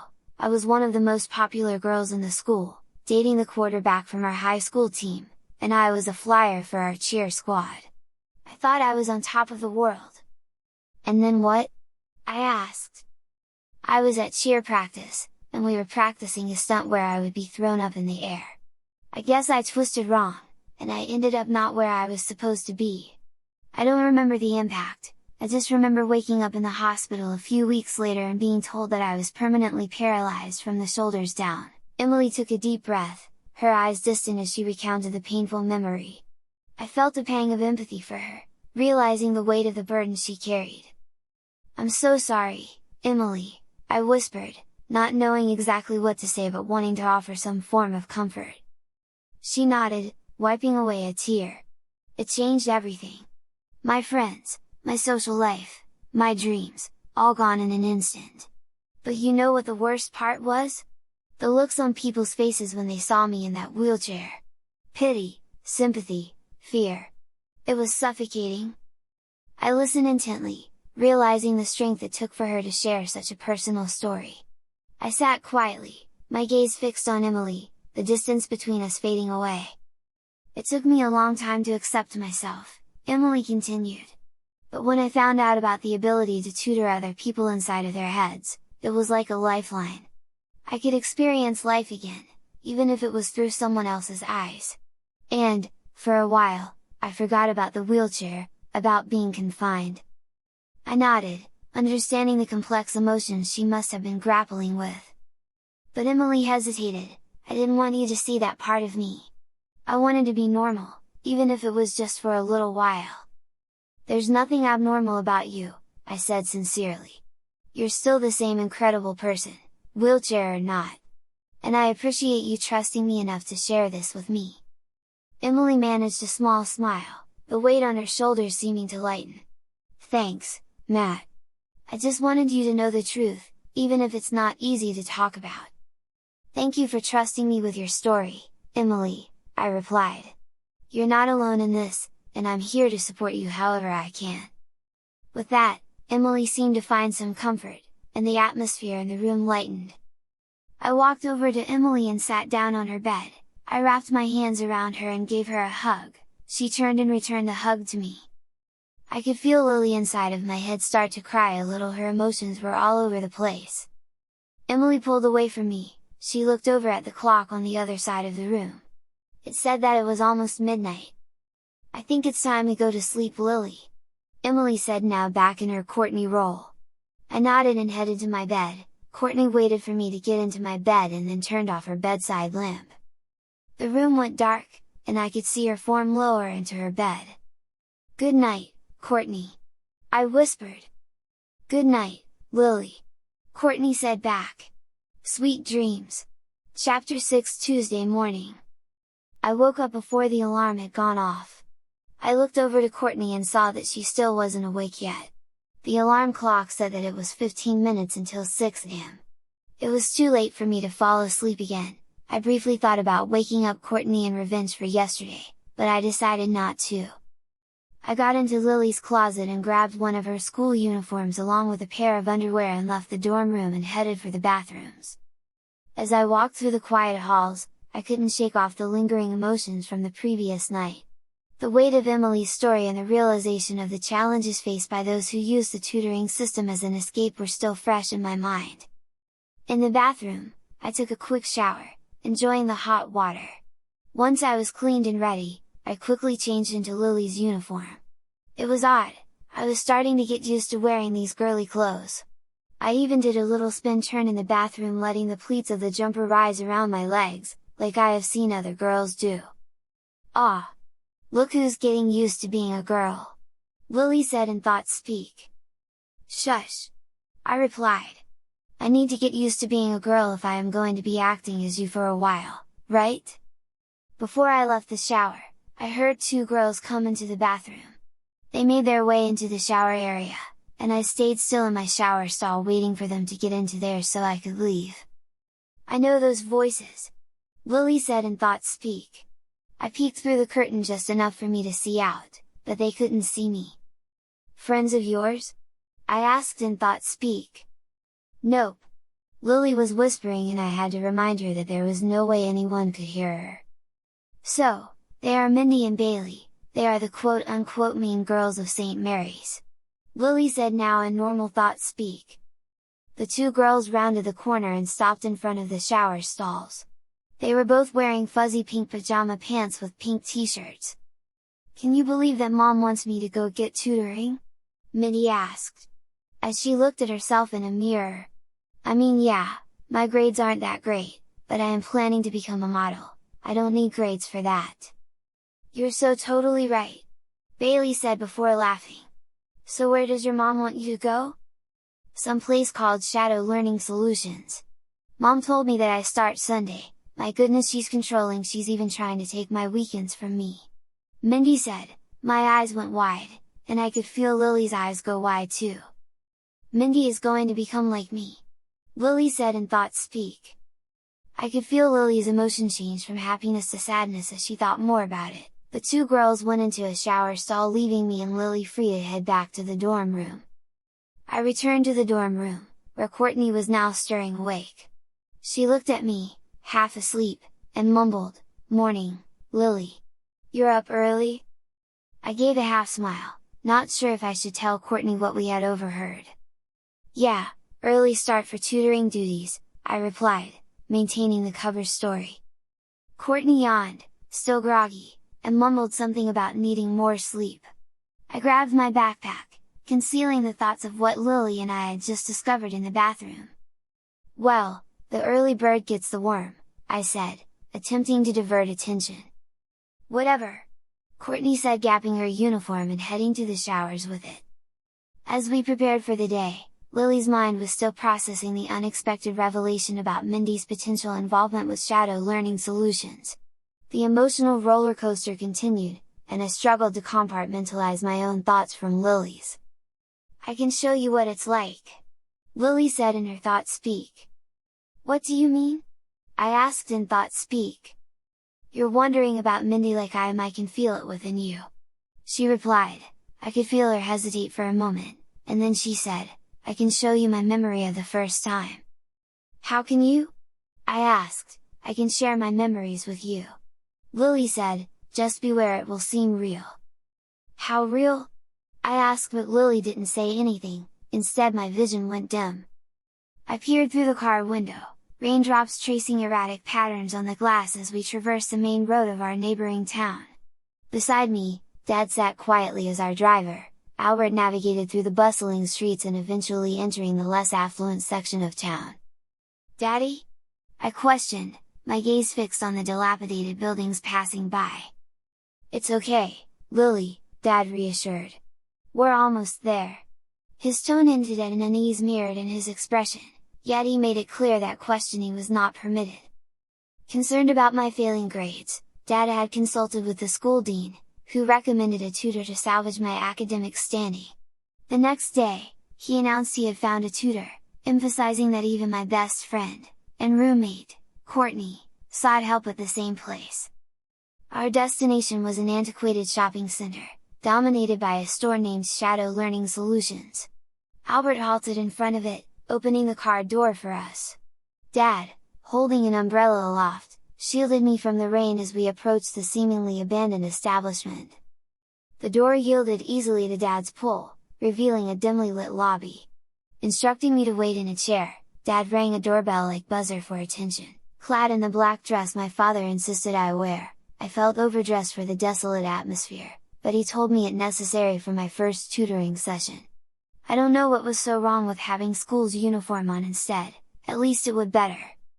Eventually, Professor Quinn, an older woman, appeared and led us to a back office where a boy my age sat. Andrew, why don't you show Lily around while I talk to her father? Professor Quinn suggested. Andrew motioned for me to follow, and I hesitated, glancing at Dad's stern expression. Go, Lily, he commanded. I trailed Andrew through a hallway into what he referred to as the student waiting room. Tables occupied by weary students engrossed in various activities filled the space. Where are the tutors? I inquired. They'll fetch you when it's time, Andrew replied. Stay put, and when our parents are ready, they'll introduce you to your tutor. Okay, I said, settling at a table, observing the students around me. Some acknowledged my presence, while others remained engrossed in their phones. Pondering my purpose in this unfamiliar place, the door unexpectedly creaked open. Anticipating Dad and Professor Quinn, I was surprised to find Courtney entering the room. Excitement bubbled within me as I sprang up, calling out to Courtney with a sense of relief that I knew at least one person in this unfamiliar place. However, her reaction was unexpected, she seemed displeased, even agitated. Seizing my arm, Courtney pulled me close, urgency etched on her face. Lily, listen carefully. You need to get out of here. Do you understand? Find a way to leave here with your dad, she urgently whispered. Perplexed, I questioned, why? Just do it, she insisted, her demeanor tense. I can't explain, but trust me. Abruptly, the door swung open behind Courtney, revealing Dad and Professor Quinn entering the room. Courtney glanced back, seeing them. I was just talking to her, Courtney explained, stepping away. Come along, Lily. Your new tutor awaits, Professor Quinn directed, casting a stern look at Courtney, who retreated to the tables where the other students eyed us. Following the two adults, I pondered Courtney's unusual behavior. Normally reserved, this outburst was completely out of character for her. We entered a spacious room where a lady named Bethany awaited. After introductions by Professor Quinn, Bethany led me away from my father, instructing me to sit in a chair reminiscent of those in a hair salon. Eager for answers, I asked, when does the tutoring start? To begin the session, I need to get in there, Bethany replied, tapping my forehead. What do you mean? I inquired, curiosity taking hold. You'll see soon enough, she promised, settling into another chair. Two bowl-shaped helmets descended onto our heads, and as I sought reassurance from Bethany, she offered nothing. Then, a sudden flash of light enveloped me. Awakening in darkness, I struggled to open my eyes and move my hands, but my attempts were futile. Panic coursed through me. Relax, Lily, a voice echoed in my mind. The first time is always the hardest. My eyes obediently opened, my attempts to close them proving fruitless. "I have control of your body," the voice continued. "Just relax, and I promise I will explain everything." "Who are you?" I questioned, the words forming in my thoughts rather than spoken aloud. "It's me, Bethany. Remember when I told you I needed to be in your head to start the tutoring session? Get out," I hissed mentally. "Get out of my head!" Before Bethany could respond, my father and Professor Quinn materialized in my field of vision. Bethany turned my head so I could see them. Dad leaned down, peering at me. "Daddy, help!" I yelled with all my might, but no sound emerged from my mouth. "They can't hear you," Bethany conveyed in thought speak. "I am the only one who can hear you. Don't worry, this will be over in a few minutes. The first time a kid gets a tutor like me, they only want to test our connection." "Amazing," Dad remarked. "So, is Lily still in there? Can she hear me?" "Yes, sir," Bethany replied, using my voice. "She's scared right now, but I think with the next session, she should get used to me being in her head." "Perfect!" Professor Quinn exclaimed. "Bethany, go ahead and get ready to return to your body." Bethany nodded my head in acknowledgement. "It was nice to meet you, Lily. Next week, we'll start off strong, okay?" Bethany said. I was about to respond when a bright light engulfed everything. Lily ended the memory, and I remained silent. The memory seemed so real that I thought I was Lily during it. "I would appreciate it if you wouldn't tell anyone that I did that," Lily said in thought speak. "Technically we are not supposed to do that." "I won't tell," I reassured. Lily remained quiet for a moment and then sighed. I never really got used to having a tutor in my head, well, not until the tutor started to be in my head daily. What is sad is that Dad never told me when he switched my weekly sessions with Bethany to being all the time Monday through Friday. It was just one day I showed up free and left with a tutor still on me with no way to complain about it to him. And he did the same thing when he switched the tutor to full-time too. I spent the last 3 months of the 4th grade stuck in my mind, never being released. "That's awful," I said genuinely. I felt for Lily and her story. I remembered back to when I was her age. I couldn't imagine all those times when I was playing one-on-one basketball on my friend's driveway being replaced with having a tutor in your head. Courtney came into the room catching me off guard. She was already dressed in her uniform, her chestnut hair was still drying from being freshly out of the shower. "What are you doing?" she asked. "Nothing," I said, "Lily and I were just reviewing last night's homework." Once I was fully ready, I walked down to the school's cafeteria and got into the line for breakfast. A few students were down here this early. As I stood in line for breakfast, the school cafeteria buzzed with a subdued energy. Students chatted quietly, some still rubbing the sleep from their eyes. The aroma of breakfast foods filled the air, and my stomach grumbled in response. I grabbed a tray and selected items for breakfast, trying to maintain a semblance of normalcy amid the complexities of my current situation. Lily's thoughts echoed in the background, a constant companion as I navigated the morning routine. Finding an empty table, I sat down, my mind still processing the recent events. As I began to eat, Courtney joined me, her eyes revealing a mix of sleepiness and curiosity. "You seem a bit odd today," Courtney noted, spearing a piece of fruit with her fork. "Yeah, just thinking," I replied, choosing not to share the specifics about Mindy's situation or Lily's memory sharing. Courtney nodded, seemingly accepting the vague response. We ate in relative silence, the hum of conversation around us providing a backdrop to our thoughts.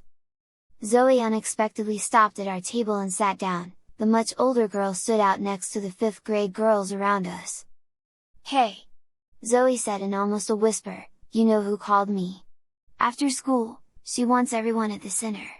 I looked at Courtney who looked back at me. "For what?" Courtney asked. "I don't know," Zoe replied. "Whatever it is though, it's got to be big."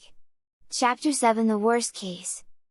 I stood alongside Courtney in the student waiting room. Jessica next to us was looking noticeably nervous, her worry apparent. All 3 of us are still wearing our jumper uniforms. I wish that we had a little bit of time to change out of them, but the van came to pick us up right after the final bell rang.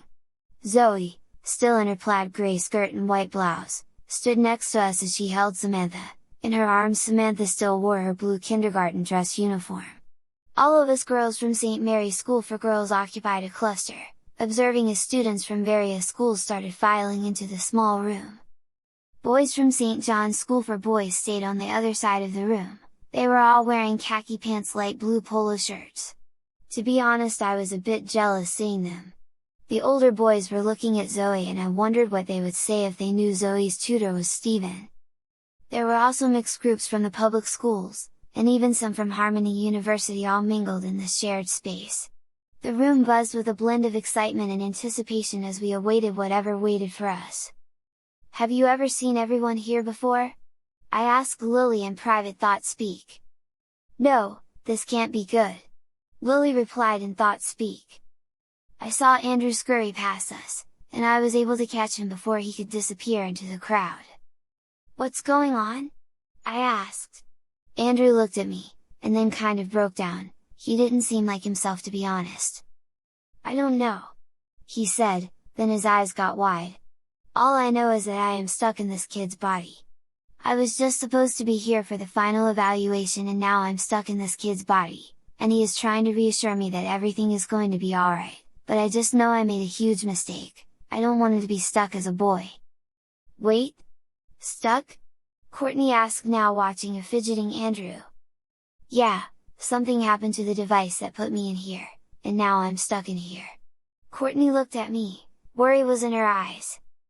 "If that's true, then we are all stuck in our kids' bodies," she said to me. "Wait, so you all are tutors too?" she asked. "Yes," I said, "we are all tutors too, and if you're stuck as a little boy, then that means I am stuck as a little girl." Andrew's eyes went wide and then he scurried out of view. I looked over at Courtney and the other girls from St. Mary's. They had all been watching my interaction with Andrew too. "Andrew's tutor in training is in panic mode," Zoe said. "It's rare, but whenever a tutor panics too much, they can overpower their host trying to talk to them. Essentially, Andrew is pushed further into his own mind." "Anyway, we can help him?" Jessica asked. "No," Zoe said. "Andrew's tutor will have to calm down themselves before Andrew can resurface and help her again." The atmosphere in the waiting room became more charged as students continued to pour in.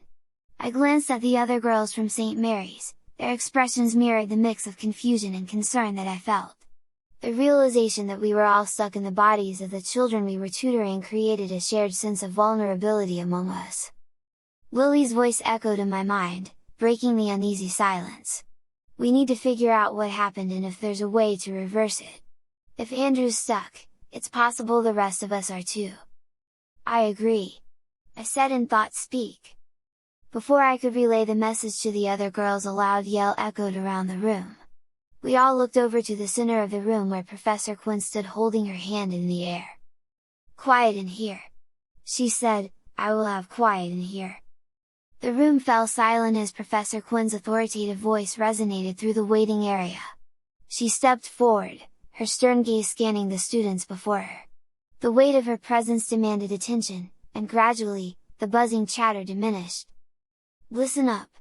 she yelled, even though at this point she could have whispered, and we would have all been focused on her. "This morning, after a transfer, all of our computer systems at the site and the site near Harmony University has gone down." Professor Quinn's words hung in the air, causing a ripple of unease to sweep through the room. I exchanged glances with Courtney, Jessica, and the other girls from St. Mary's. The realization that something unusual had occurred extended beyond our individual experiences. "We are working to resolve the issue," Professor Quinn continued, her voice firm.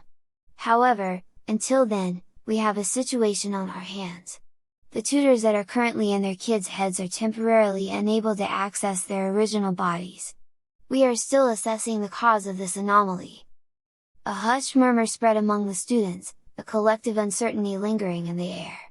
Professor Quinn's gaze rested on all of us. "Rest assured, we are doing everything we can to rectify the situation. In the meantime, tutors, try to maintain composure and assist your kids as best as you can." With those words, Professor Quinn walked away, her determined strides leaving an imprint of authority. The room remained in a tense hush, the weight of the situation sinking in. "Oh no!" Lily whispered in my head. The gravity of the situation hung heavily in the air. Lily's whispered concern echoed the thoughts that were racing through my mind, the realization that all the tutors were temporarily trapped in the bodies of the children they were meant to guide added an extra layer of complexity to an already perplexing scenario. The room was a sea of worried faces, each student grappling with the uncertainty of their situation. As the initial shock settled, a sense of urgency and unease lingered among us. I looked at Courtney, Jessica, and the other girls from St. Mary's. There was a silent agreement that we needed to find a way to reverse the situation, not just for ourselves but for everyone affected. We exchanged glances, a silent understanding passing between us. The urgency of the situation was palpable, and it was clear that we needed to act swiftly. As the murmurs continued around us, Zoe took charge. Samantha was still in her arms. "Okay, ladies," she said to all of us. "I know this is bad, but we need to reassure our kids that we are not going to be stuck like this. As soon as Professor Quinn figures out how to get us back, we will get back here. Until then, we just need to proceed like business as usual." "Agreed," Courtney said, "no need to go into panic mode just yet." With Zoe's guidance, we composed ourselves and joined the collective effort to maintain a semblance of normalcy. It wasn't easy, knowing the peculiar situation we found ourselves in, but we were determined to carry on and support our young charges. The waiting room began to buzz again with a mixture of conversations. Some students engaged in quiet discussions about the unprecedented events, while others exchanged worried glances. Then the thought came to me, could I have been in my body for the final time yesterday? We were hurried out of the waiting room and taken by van back to our schools. The others remained quiet, but I could see some of them quietly nodding, no doubt that they were talking to their kids inside of their heads. "How are you doing?" I asked Lily in thought speak. I could feel her shrug a little in my mind, but she didn't say anything. I didn't blame her. I had given her a great opportunity to take over my body over the weekend, and now that was in jeopardy. She was now stuck in her own head. My thoughts turned from yesterday when Lily controlled me, and how scared I was. Was Lily feeling the same way? "At least Mindy will be okay for now," Lily finally thought spoke to me. Her words sounded depressed. The atmosphere was heavy as we rode back to St. Mary's School for Girls. The reality of our predicament sank in, and each of us was left to grapple with our own thoughts and emotions. The uncertainty about the future weighed on me, and I couldn't shake the feeling of being trapped. Upon returning to the school, the routine continued as if nothing had changed. It was dinner time at the school, and we were escorted to the cafeteria where we all sat at the tables, including Zoe, who was supposed to be in the high school cafeteria on the other side of campus. Samantha stayed with us as well, even though she was supposed to also be in the kindergartner's dorm room eating with the other little kids. We didn't care how it would look with all of us together, we just wanted to remain together. We looked out of place in the cafeteria. All the other girls at St. Mary's had already changed out of their uniforms and into normal clothes. We were the only ones still dressed in our uniforms. I barely ate the school pizza in front of me before declaring that I wasn't hungry. I took my tray of food and deposited it into the trash bin and walked away back to the dorm room. I shut the door and headed to Lily's desk. I was still too awake to go to sleep, and I was in too much of a mood to do nothing, so I pulled out Lily's homework and began to do it. I tried to ask Lily the questions on the homework sheet, but she refused to answer. I didn't push her, instead I just did the homework by myself. I knew the answers anyways. As I worked on Lily's homework, the room remained in quiet stillness. The weight of the situation pressed down on me, and the rhythmic scratching of the pencil on paper was the only sound that permeated the air. I couldn't shake the feeling of being in a dream, a surreal reality that I couldn't quite grasp. Lily's refusal to engage in our usual banter or assist with the homework reflected the somber atmosphere that had settled around us. The camaraderie we once shared, the seamless integration of our thoughts and actions, felt disrupted by the unforeseen circumstances that now bound us in this unfamiliar dance of roles. As I completed the homework, my mind wandered to the events of the day. The waiting room, Professor Quinn's announcement, and the shared realization that all the tutors were trapped in the bodies of their young charges created a tapestry of uncertainty. I glanced at a photo of Lily that sat on the desk. It was her with Courtney playing in the woods somewhere. I felt an odd sense of responsibility for her well-being. "We'll figure this out, Lily," I thought spoke to her. The lack of response deepened the solitude that hung in the room. After finishing the homework, I placed the papers neatly on Lily's desk and sighed. The room was dimly lit, the soft glow of the desk lamp casting shadows on the walls. Sleep eluded me, and the stillness of the night amplified the weight of the unknown. The dorm room door creaked open, and I looked up to see Courtney entering. Her eyes met mine, and we shared a silent understanding. We were all navigating uncharted territory, and the need for support and unity was paramount. Courtney took a seat on her bed, and we exchanged a glance that spoke volumes. The bond between us, forged through shared experiences and challenges, seemed to strengthen in the face of adversity. Chapter 8: The sun will come out. I woke up before the alarm went off and grabbed a new uniform from the closet and walked to the bathrooms. Courtney was still asleep when I left her. I tried to tell Lily good morning in thought speech, but she wasn't responding to me. The familiar routine of taking a shower and changing into the school uniform provided a momentary distraction from the weight of the situation. I couldn't help but glance at my reflection in the mirror. The face staring back at me now belonged to a young girl, a stark contrast to the person I once knew myself to be.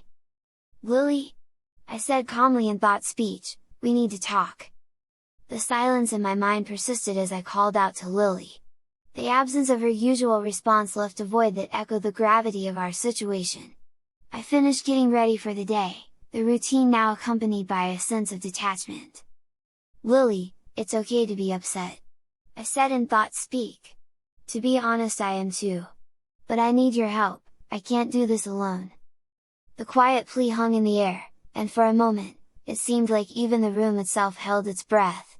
Then, a faint response came, almost as if Lily's voice emerged from a distant echo. "I know, Matt. It's just overwhelming."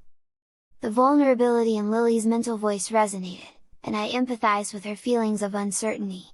"We'll get through this together," I reassured her. "But we can't shut down on each other, we have to be a team." The weight of the situation pressed down as I left the bathroom and returned to the dorm room. Courtney was now awake, sitting on her bed with a pensive expression. She looked up as I entered, and our eyes met, conveying the unspoken understanding that our lives had taken an unexpected turn. "Morning," Courtney said, her voice carrying a mix of fatigue and concern. "Any news from Lily?" "She's here," I replied, "but she's struggling. This whole situation has hit her hard. We need to support each other through this." Courtney nodded in agreement, her gaze shifting to the photo of Lily on the desk. The image captured a moment of carefree joy, a stark contrast to the current circumstances. The routine continued, and soon we found ourselves in the cafeteria for breakfast. Both Courtney and I found Jessica, and we sat together at one table. The atmosphere was subdued, at our table, but outside of our little group everyone seemed to be living their normal lives, oblivious to what we were facing. I ate my breakfast and picked up my school bag, heading towards the classroom. As I walked through the bustling halls, I couldn't shake the feeling that everything around me was moving in fast forward, while our lives had been thrust into slow motion. The classroom was already buzzing with the low hum of conversations as I took my seat.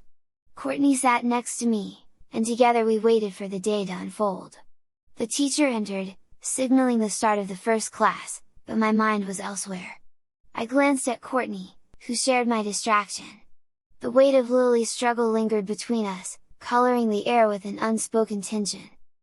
Throughout listening to Mrs. Henderson teach, I continued trying to reach Lily, sensing the ebb and flow of her emotions. It was as if she was standing on the edge of an emotional precipice, teetering between acceptance and denial. I looked up at the clock and whispered thanks when school was done for the day. Leaving the classroom, I felt a mix of relief and anxiety. The day had passed in a blur, and the reality of our situation still hung heavily in the air. Courtney and I walked side by side, silently navigating through the crowded hallways toward the dorms. Once inside, I shut the door and sat on the bed. Courtney wasn't in yet, so I had at least a few minutes alone.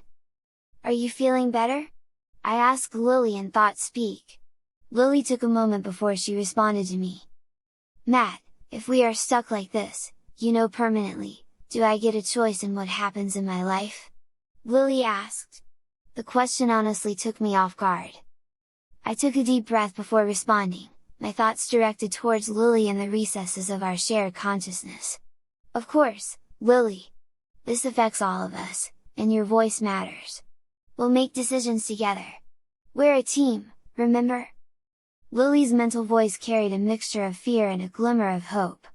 I just don't want to lose myself in all of this. It's like I woke up in a different world, and I don't know where I fit in anymore. I empathized with Lily's struggle, grappling with my own sense of displacement. We'll find a way back, Lily! And in the meantime, we'll help each other navigate this strange reality. You're not alone in this. Then I smiled inwardly to her. Besides, I bet Professor Quinn is almost done getting her machine back and running. I said to encourage her. I hope so. Lily said. I really hope so. I got up from her bed and walked over to the dresser and pulled out a pink t-shirt out of drawer. I began to grab for a pair of pants when Lily stopped me. Wear a skirt! She said in thought speak. What? I asked questionably. Wearing this jumper all day at school was annoying already. I couldn't help but wonder what wearing a skirt for the rest of the day was going to be like. You said I get a say in my life, and I am a girly girl, so from now on I want my body to wear nothing but dresses and skirts. Lily said in thought speak. I hesitated for a moment, processing Lily's request. My male brain froze as I thought about it. Of course, if you're the chicken to be a girly girl while you're controlling my body, Lily said, giggling in thought speak. Alright, Lily! A skirt it is, I replied in thought speak, complying with her wish. I picked out a denim skirt from the dresser, feeling the unfamiliar clothing in my hand. As I changed into the skirt, I couldn't help but think about how much our lives have changed in such a short span of time. The denim skirt felt foreign against my legs as I fastened the button.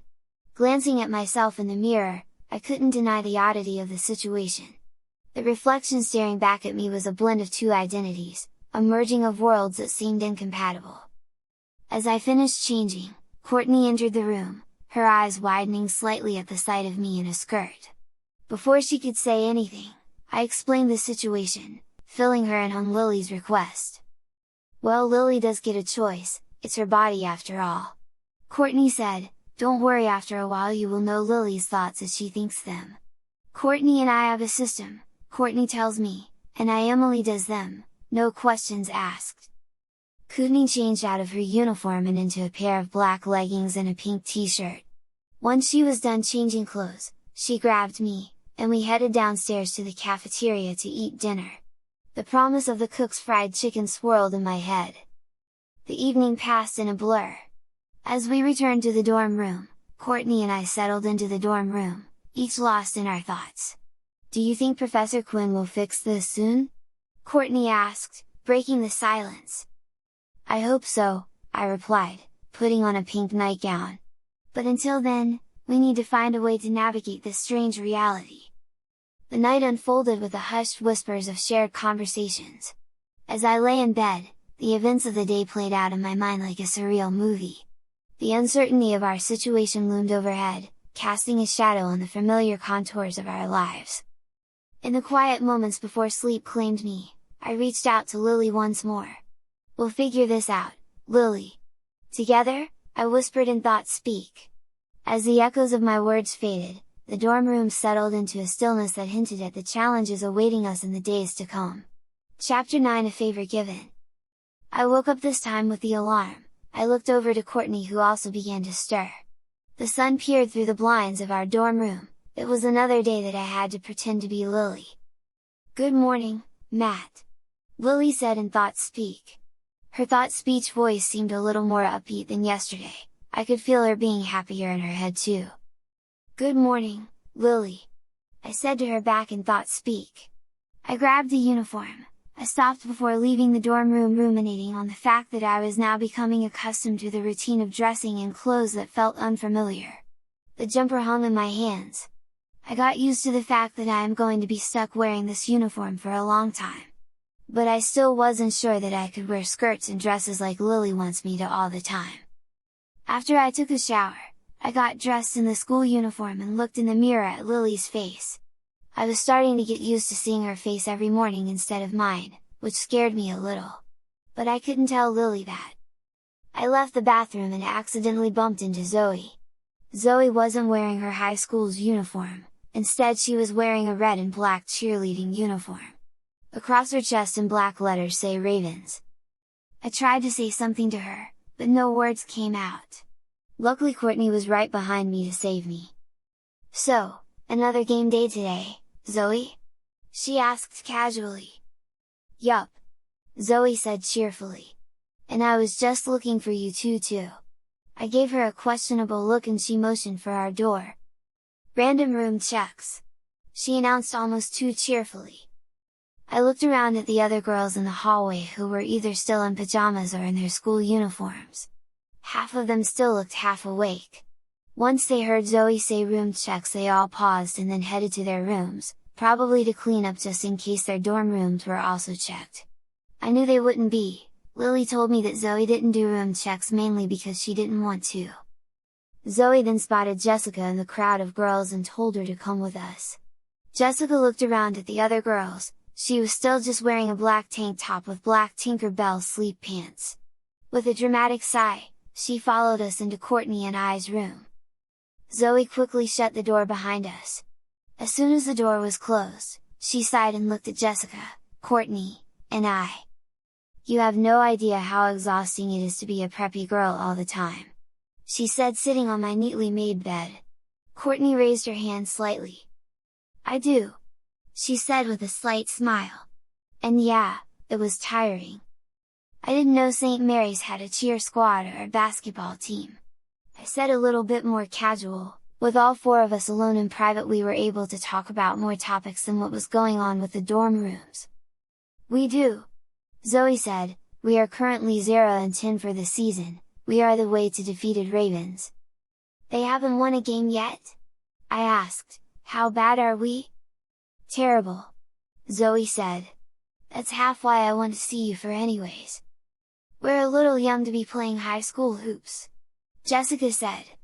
"I mean technically I'm older than all of you if I was back in my body, but still." "Well, you don't have to be in high school for this, actually I just need 4 elementary-aged girls." "Who's the other one?" Courtney asked looking around. "Samantha," Zoe said simply.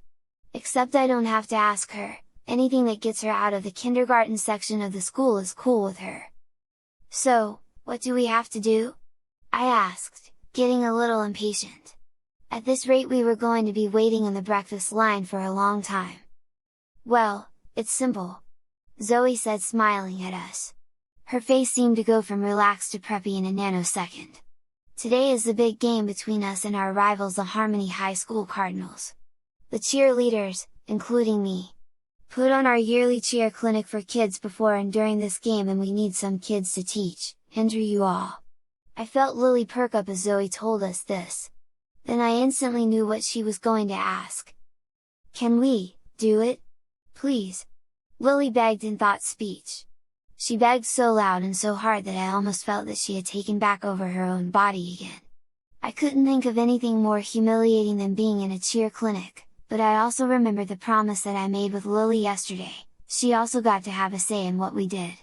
She wants to continue being a girly girl, and part of that is giving up the way of life that I grew up with and doing things more girly. This also meant being part of the cheer clinic. "I'll do it," I said, "Lily is begging me to." "Good girl Lily," Zoe said smiling at me. "Even though Jessica and I are not the cheerleader type, I'll do it," Jessica said. "Great," Zoe said. She then looked over at Courtney who seemed to be at odds with herself. I thought about what she had told me about her accident. She was a cheerleader cheering on her team right before the accident. Was that going through her mind? "Emily," Zoe said using her real name. "I will understand if you don't want to do this, you don't." "I'll do it," she said quietly. Courtney's eyes looked up at Zoe's. "It's been almost 5 years since my accident. I want to do this, I need to do this. We all stayed quiet for a moment before Courtney looked up at us and smiled. "So, what all are we doing?" she asked back to her usual hyper Courtney self. "Do we get the whole day off of school?" "No. Zoe said we will get you out of class an hour early, we will teach you a few cheer routines, then size you up for replica uniforms, feed you pizza, then tonight you will cheer with us on the sidelines. And during halftime we will do a big routine in front of the tens of people who will show up." "So, we get uniforms?" Jessica asked. I could see Jessica start to shrink away from the idea of doing this with us. She wasn't a girly girl like Courtney and Lily were, instead she was more reserved, she always liked talking about computer games, and other stuff. Jessica was a tomboy, and if it wasn't for the school's uniform policy requiring us to all wear jumper dresses, Lily and I are both sure she would only be wearing a pair of sweatpants, and a hoodie all the time. From what Lily has told me, her tutor Sarah is the same way. The cool thing about her though is that she has the only gaming computer in the dorms. Lily once told me that Jessica invites all the girls over to her room to play video games occasionally. "You can stand being in a skirt for one basketball game." Zoe said I am really a guy, remember, how do you think I deal with it? Or even how Matt deals with Lily. I looked up at Zoe, kind of shocked to be mentioned. "I'm just doing what Lily tells me to do." She told me that she is a girly girl, so I try my best to keep her a girly girl. I said, shrugging. "Steven, you have been in control of Zoe every school year since she was in the 2nd grade.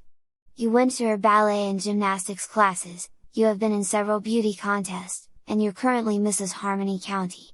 You may have grown up male, but Zoe turned you into a girly girl." Jessica said. "Maybe," Zoe said, shrugging. "But like Matt, I do what Zoe wants me to do." "Okay, you too," Courtney said, stepping in between Zoe and Jessica. "Let's just take a deep breath, get some breakfast, and Zoe, when you're ready for us, call us out of class." "Okay." "Fine," Zoe said. "Fine," Jessica said, grabbing her shower bag that she had with her and heading for the door.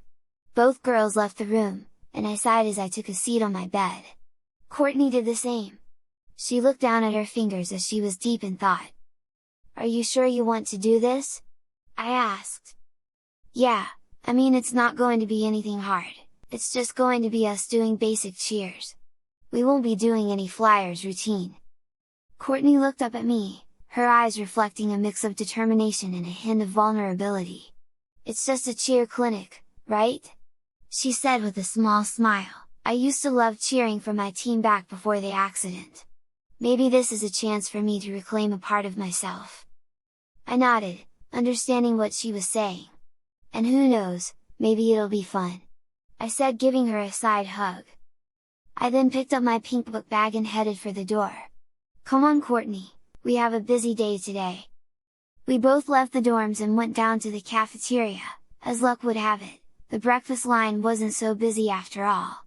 Courtney and I quickly grabbed our trays and made it to our normal table. Breakfast was homemade biscuits and gravy with sausage patties on the side. I instantly started to eat mine while Courtney just nibbled on hers. I could tell that she was trying not to show that she was nervous about the cheer clinic. As we enjoyed our breakfast, Courtney's nerves were palpable. I could sense her apprehension about the upcoming cheer clinic.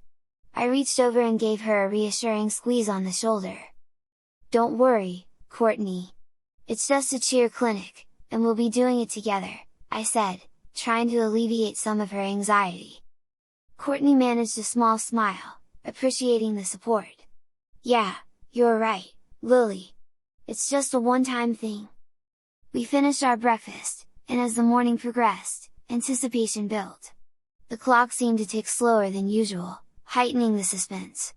Mrs. Henderson droned on about ancient Egypt. She informed us the test on the subject was in 2 weeks. So, all next week we will be studying for it. I kept a mental note to keep Lily focused on studying this weekend for the test. Hopefully we will be studying while Lily is in control of my body after using a working machine, or else I'll be in Lily's body making her read and reread notes. Either way, I want to make sure she knows everything on that test. While Mrs. Henderson wrote notes on the whiteboard, I had to keep telling Lily to pay attention. She was too excited about the cheer clinic to concentrate on the lesson before us. Finally, the moment arrived when over the PA system, Courtney and I's names were called to go to the office. I looked at Courtney and we stood up together and headed to the office so we could meet up with Zoe. Chapter 10 Let's Go Ravens! We met up with Zoe in the elementary school's main office. Zoe held Samantha in her arms as she waited for us. Courtney, Jessica and I signed out at the office, and we followed Zoe through the campus wooded lawn to where the high school building was. I felt more out of place as we walked closer to the high school building as the girls that were there were a lot taller than us four elementary-aged girls. In my perspective, the girls around us looked like giants and we were trespassing on their giant kingdom.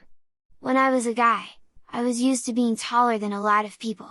I was 6'2" after all, but now I am a short 4'6". We also were still in our jumper uniforms, which also added to the little kid vibes as we passed by teen girls wearing their plaid uniform skirts higher than the dress code allows. I could feel Lily watching out of her eyes, marveling at the sights of the school. To her, she has never attended a high school, she doesn't know how hard it is to be liked, or to fit in here. I glanced down at Samantha as I held her small hand, wondering about her perspective on this grand, unfamiliar world. If I, at 4'6", felt small, then for her, being only 3 feet tall, the surroundings must have appeared monumental. My grip tightened on Samantha's hand, a silent reassurance in the face of the unknown. As we walked, I couldn't help but ponder how Madison, Samantha's tutor, might be feeling in this towering landscape. My other hand, held onto my book bag. While I was in gym class today, Lily told me to take the gym clothes with me so I will have something to wear other than a jumper when we are practicing. Zoe walked in front of us and led the way to the high school gym. She stood out, being the only cheerleader, and the only one not wearing a high school uniform in the hallways. She cleared a path for us through the students so the 4 of us younger girls can make it through. I looked up at the faces of the high school girls and saw that they were looking down at us. "Well, this is creepy," Lily said over thought speak. "No kidding," I said over thought speak back to her. "I'm not used to being this small and going through a crowd like this. I used to tower over people." "And now you're just a shrimpy little girl," Lily playfully mocked. Students started to lose interest in the 4 little girls trespassing in their school. As they left the hallway and got into their classrooms, as they did, a loud bell rang and the hallway became silent and still again. "Neat trick," Lily said in thought speak. "It's not a trick," I said back to her. "It's the class schedule. Where you only go to 1 classroom, high school students go to 8 in one day. They only have a few minutes to get their stuff from their lockers and get to class." We finally got to the gym. Zoe showed us to the girls' locker rooms and told us to get changed into our gym clothes in there. We did as we were told, with Courtney leading the way into the locker room. I went in last. Once inside the locker room, I hesitated for a moment, my newfound femininity making me conscious of the perceived impropriety. Taking a deep breath, I reminded myself that I was just one of the girls now, and this was a normal part of being a girl. Courtney, Jessica, and Samantha were already changing, exchanging snippets of conversation as they pulled on their gym clothes. I found an empty corner to change, grateful for the privacy that the momentary solitude offered. Stripping out of the uniform jumper, I carefully folded it and placed it on a bench. As I looked at the gym clothes in my hand, I pulled on Lily's navy blue gym shorts and white t-shirt. This was a far cry from the formality of the uniform. I was happy to finally be out of the jumper. Wearing shorts and a pair of tennis shoes was way better than wearing a jumper and Mary Jane shoes all the time. After we all got changed, we walked out of the locker room and met Zoe in the gym. There she directed us to 4 other girls, high school girls. These girls were also wearing the same cheerleading uniform that Zoe was. "Girls, this is Sophia, Ava, Harper, and Isabella." As Zoe said each of the girls' names, they stepped forward and shook invisible pom-poms in the air. "Great, they're preppy cheerleaders," I said to Lily in thought speak. "They're awesome," Lily said back in thought speak. "Just think, in middle school we can try out for the middle school cheerleading squad, and we can be just like them." I mentally rolled my eyes at Lily's comment. Having to pretend to be her is so hard. We were lined up on the side of the basketball court and I was glad that there was no one else in the gym along with us.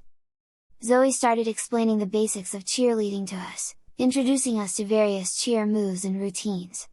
The high school girls, Sophia, Ava, Harper, and Isabella, patiently demonstrated each step, providing encouragement and guidance. I did my best to follow along, mimicking their movements, but I couldn't shake the feeling of being out of place. As we practiced, I could sense Courtney's nervous energy, but she embraced the challenge with determination.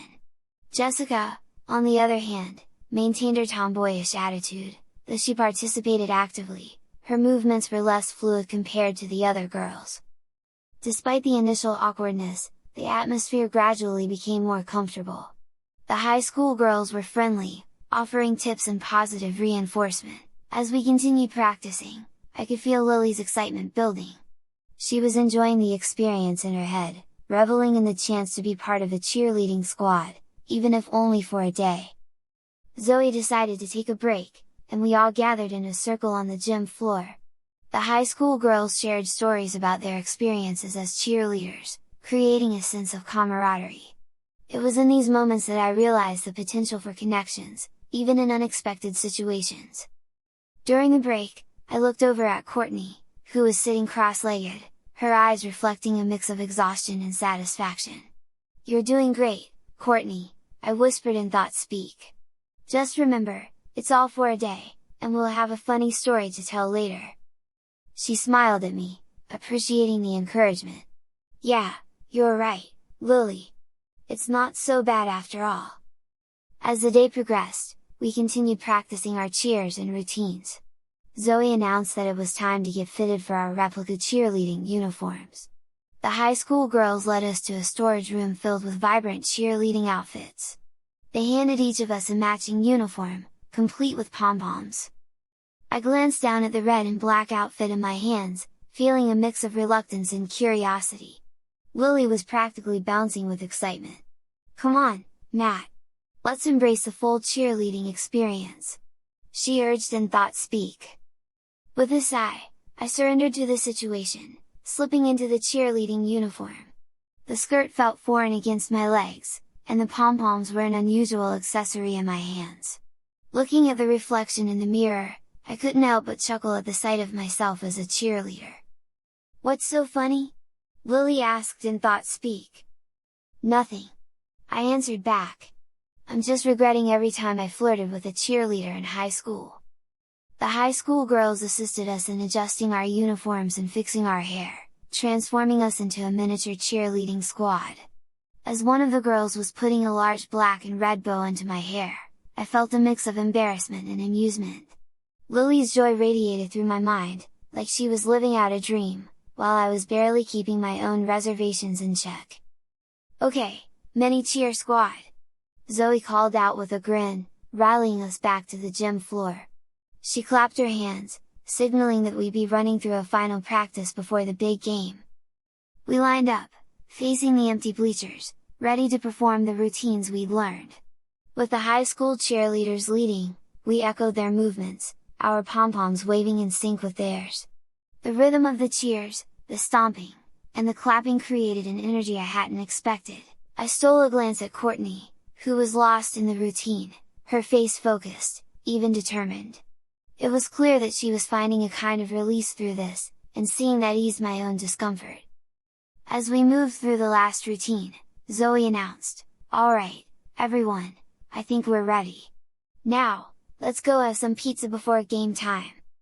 The prospect of pizza perked everyone up, especially Samantha, who tugged at my hand eagerly as we headed to the cafeteria set up for the event.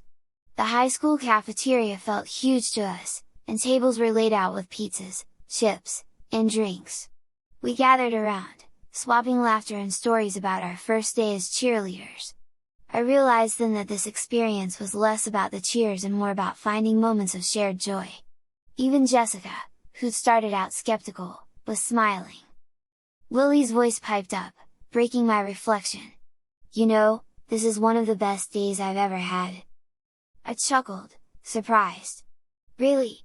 Even though I was fumbling through half the moves?" "Yep," she replied, her tone light and happy. "Because you're letting me experience something I've always wanted to do. And besides, you're actually pretty good at it." "Flattery won't get you out of homework," I teased back in thought speak. But the warmth in her words stayed with me. After our quick meal, we returned to the gym as the crowd began to fill the bleachers. The energy in the air was electric. As we took our positions on the sidelines, I glanced at the faces in the stands, the mix of parents, students, and teachers cheering for their teams. For the first time, I truly felt the rush of excitement that came from being a part of the cheer squad, even if only for a short time. The buzzer sounded, and our cheers erupted. We clapped, jumped, and moved to the rhythm, losing ourselves in the beat and the exhilaration. Courtney was in her element, her worries seemingly forgotten, and Jessica's earlier hesitations melted into a genuine grin as we chanted along with the crowd. I could feel Lily's joy surging through me, filling me with a sense of freedom and release that I hadn't expected. At halftime, we gathered for our big routine, hearts pounding. Zoe and the older cheerleaders lined up beside us, and together, we launched into the moves we'd practiced all day. The cheers grew louder, the applause filling the gym as we completed each step, each turn, and each jump. For that moment, I was no longer Matt or Lily, no longer a tutor or a student, but simply a cheerleader, wrapped up in the thrill of the performance. As we hit our final pose, the crowd erupted, clapping and cheering. I looked around at my friends, their faces lit up with pure happiness. It wasn't just about the cheer, it was about overcoming the fear, the nerves, and embracing the moment together. After the game, as we were headed back to the locker room to change, Courtney squeezed my hand, her eyes misty. "Thank you, Matt. And thank you, Lily. You don't know what this meant to me." I smiled, patting her on the shoulder. "Anytime, Court. Really." That night, as I lay in bed, Lily's voice drifted through my thoughts, soft and content. "Thank you for giving me that, Matt. I'll never forget it." As I drifted off to sleep, I realized that while we might be caught in an uncertain and confusing situation, these small victories were worth every challenge. Together, Lily and I would navigate this strange reality, one cheer at a time. Chapter 11 Friday. The alarm jolted me awake once more, but this time, it was accompanied by a sense of familiarity. I was beginning to embrace the strange new routine of waking up in Lily's body. I glanced over at Courtney, who was so peacefully asleep, her hair sprawled across the pillow. The sun streamed in through the window, casting a warm glow over the room, but I couldn't shake the lingering thoughts of yesterday. "Good morning, Lily," I said softly in thought speech, hoping to gauge her mood after our exciting day as cheerleaders. "Good morning, Matt," Lily chirped back, her voice filled with energy. "I can't believe we did that. Did you see how everyone cheered for us?" "Yes, it was incredible," I replied, recalling the thrill of the performance, the rush of adrenaline that had coursed through me while we cheered. I didn't think I'd actually enjoy it as much as I did. "I know! You were great!" Lily's enthusiasm was infectious, and I couldn't help but smile. "Can we do it again someday?" I chuckled lightly. "Let's take it one day at a time, okay?" With a newfound determination, I got out of bed and headed for the bathroom. The morning routine felt more like a ritual now: shower, dress in the uniform, and face the day ahead.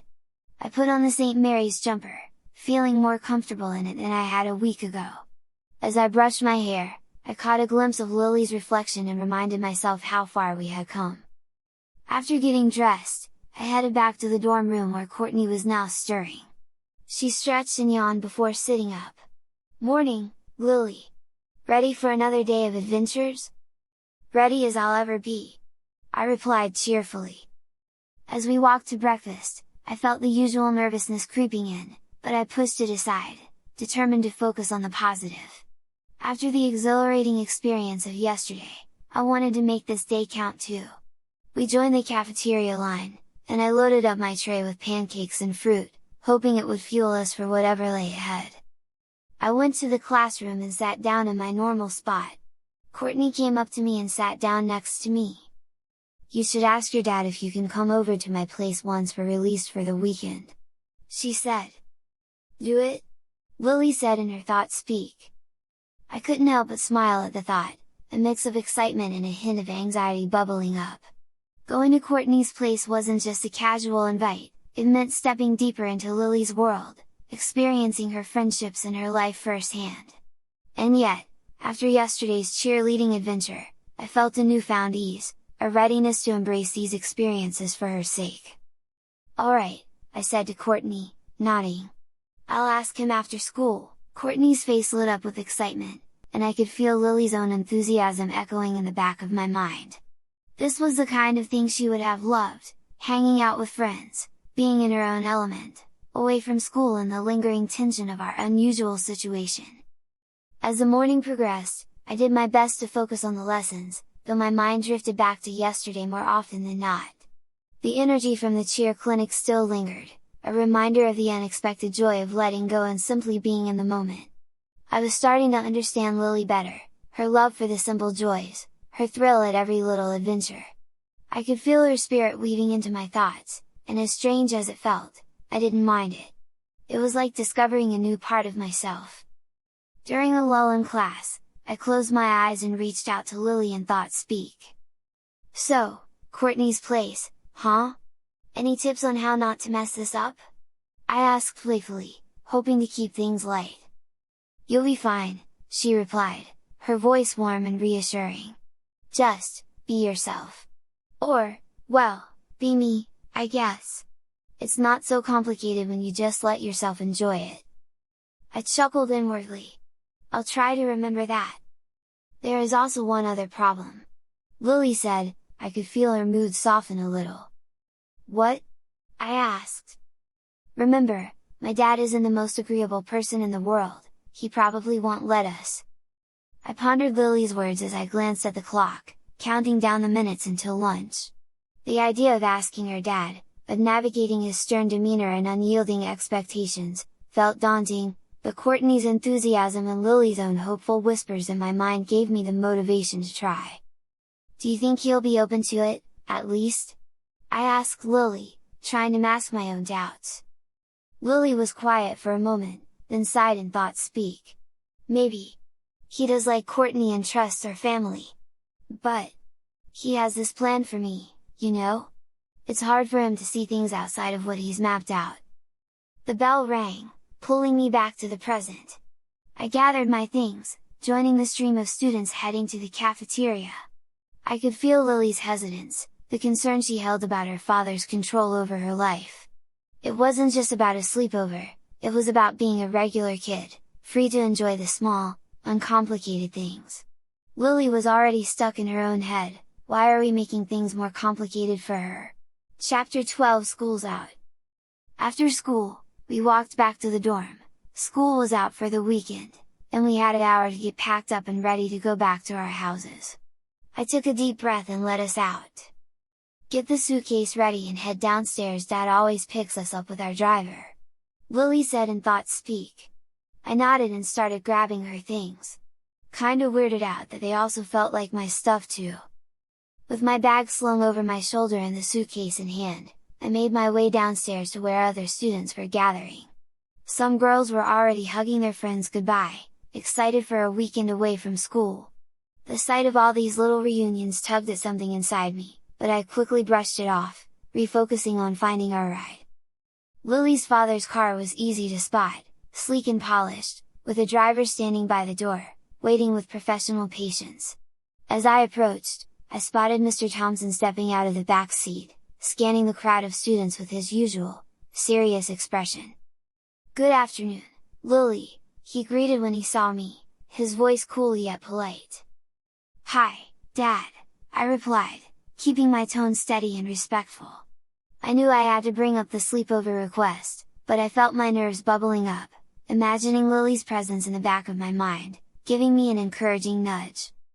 Taking a deep breath, I decided to go for it. Dad, Courtney invited me to stay over at her house this weekend.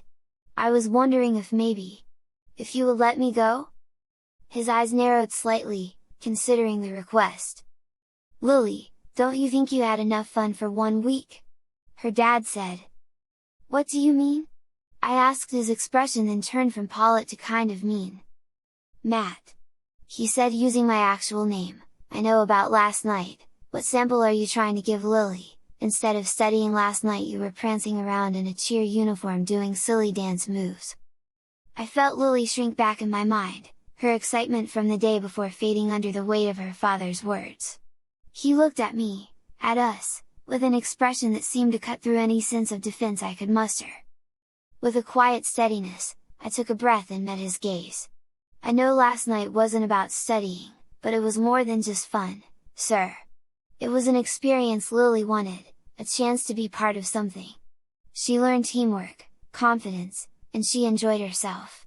I think she deserves that every once in a while. For a second, Mr. Thompson looked as though he might respond, but he remained silent, his gaze shifting away as if he were processing my words.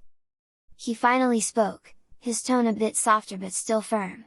Lily, my goal for you is to focus on what will benefit your future. Success comes from discipline, from consistency, not from these distractions. I sensed Lily in my mind, struggling to find words. She felt his disappointment, the heavy expectations he carried for her, and the familiar frustration bubbled up in her mind. Dad, I said, allowing a bit of Lily's voice to come through in my tone, we do our best to follow your plan, but part of growing and learning is experiencing things beyond academics. Being with friends, doing something different, those are things that shape who I am too. Mr. Thompson regarded me with a slightly puzzled look, as if the words didn't quite match the daughter he knew. Perhaps, he replied thoughtfully, but a balance is needed, Lily. I'll let you go this weekend, but only because I know Courtney's family well. Just remember, one evening of fun doesn't outweigh the purpose we have set.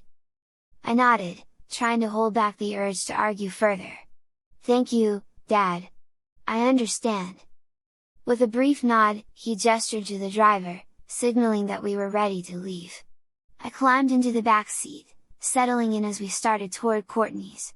Although the encounter had been tense, I could sense a small glow of happiness from Lily. Even if her father didn't completely understand, the little victories, like getting to stay with Courtney, meant the world to her. Thank you, Matt, Lily whispered in thought-speak, her voice gentle. You said what I couldn't. Anytime, Lily.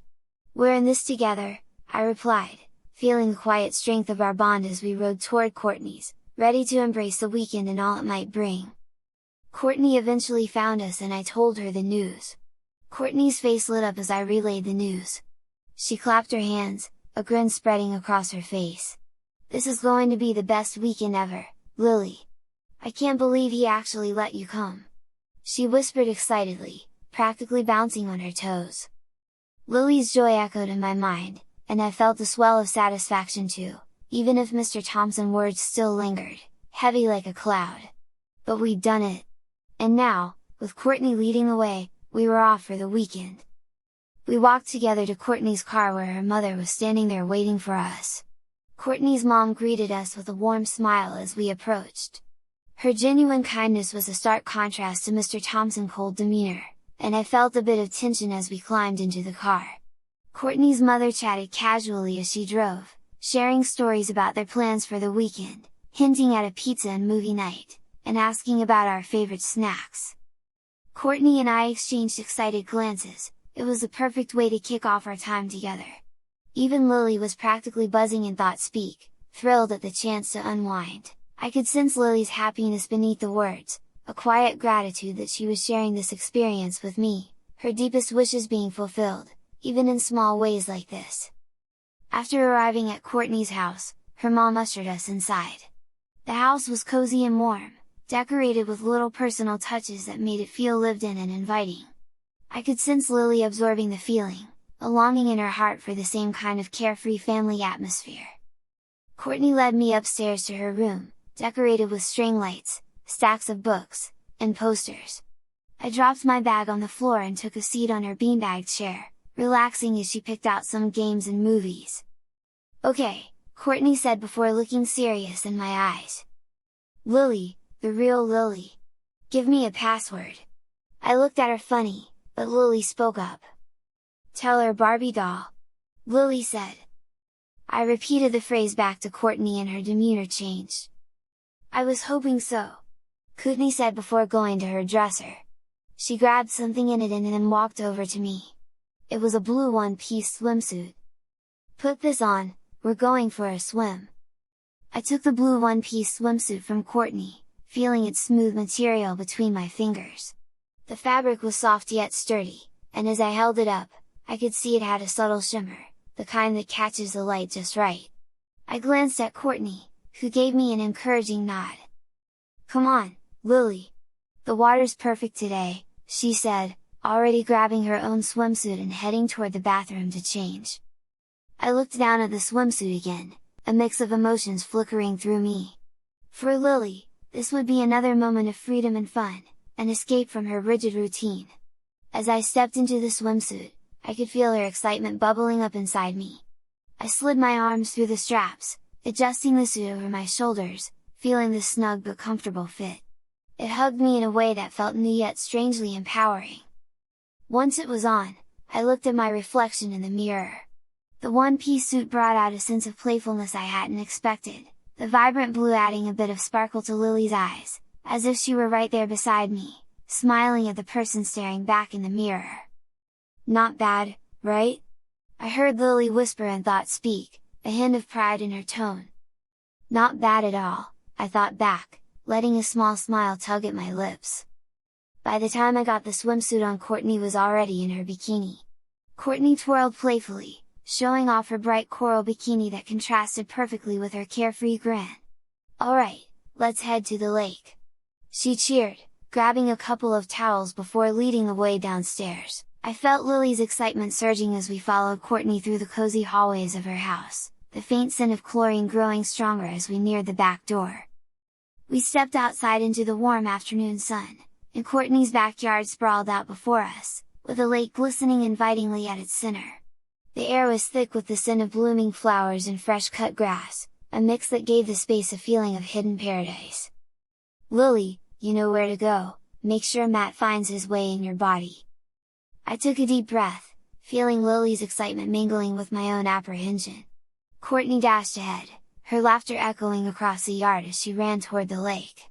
I felt Lily's eager presence in my mind, urging me to follow without a second thought. The freedom of slipping into an afternoon with no expectations, no demands, just the open lake and the warmth of friendship, this was her moment, a rare escape from her father's controlling world. "Come on, let's go!" Lily's voice was practically pulling me forward in thought speak. I laughed, letting her energy guide me as I kicked off my flip-flops and raced across the soft grass. For once, I wasn't overthinking. I was just being, and it felt liberating. Courtney turned back, a grin on her face. "Last one in's a rotten egg!" she shouted as she reached the edge of the lake and jumped, her body curling into a cannonball before she splashed into the water. Her laughter was contagious, and without hesitation, I ran forward and leapt after her. The cool water was a shock against the warmth of the afternoon, refreshing and almost electric as I surfaced. I could feel Lily practically bouncing in my mind, enjoying the thrill as much as I was. Courtney emerged beside me, wiping water from her face and grinning. "Come on, let's go!" Courtney said seriously. "Follow me!"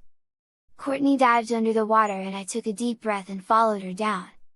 "Start to swim forward, you'll find an underwater cave."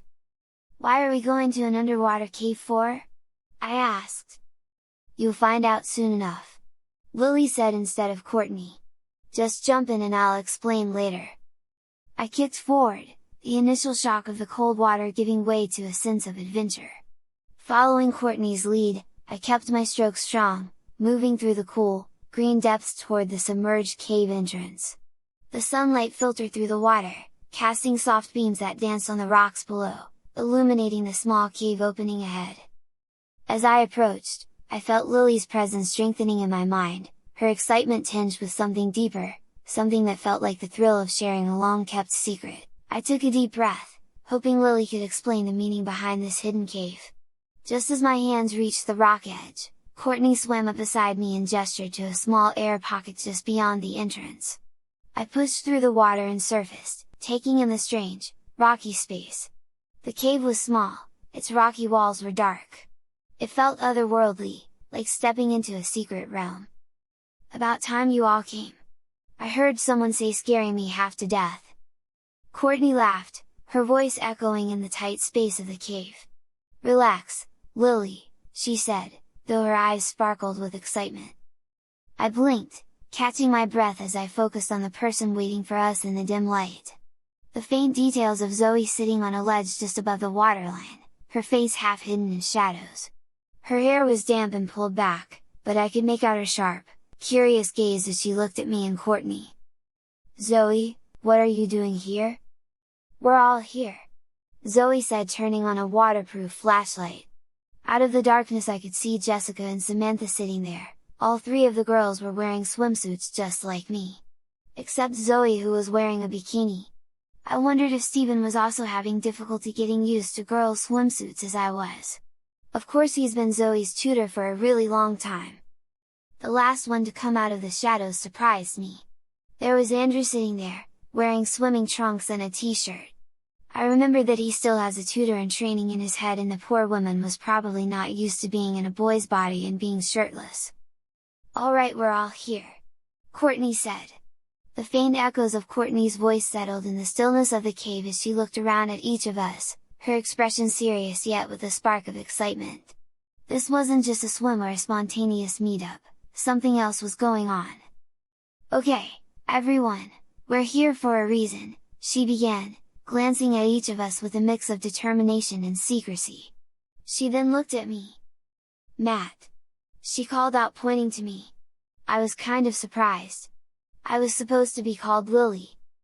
"Matt, you're joining us because Lily believes that you are a great asset to our team. She wouldn't have told you to say the code word if she didn't." Courtney's words echoed in the small, damp space of the cave, and I felt a flicker of pride swell inside me.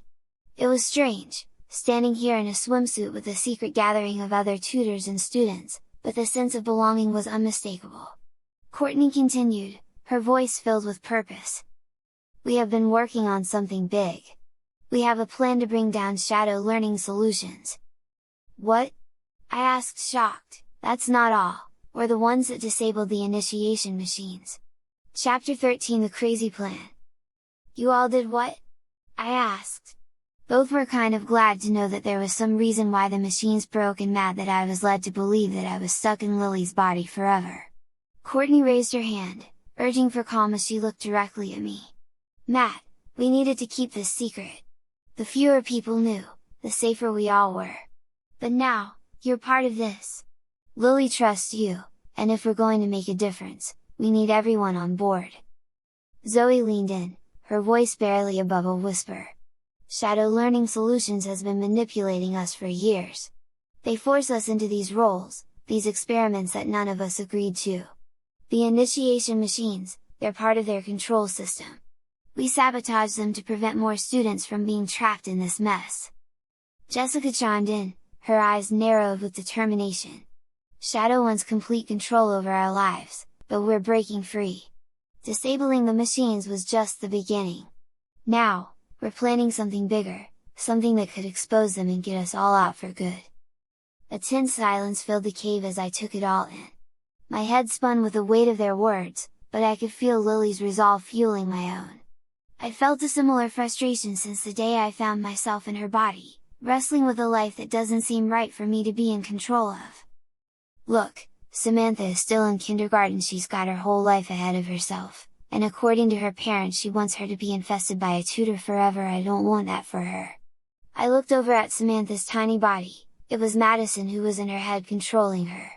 Samantha should be her own individual, coloring, making mistakes, learning about the world on her terms, but right now she was being controlled, being enslaved. "My real name is Amber." I saw Andrew get up and walk over to me. "I am the one that started figuring out how to disable the initiation machines. I found a way to upload a virus to it that shuts it down right after use. I was going to wait till I had my own kid to tutor, but then we had to ramp up our schedule. Andrew volunteered to host me." "But isn't Andrew on the side of his mother?" I asked. "I'm speaking for Andrew." "No, I'm not," Andrew said. "At first, I thought my mom was doing a great service to kids, then she started using me as a test subject. It really annoyed me. Here are kids that I have to watch, kids turned into prisoners of their own minds. It kind of scares me.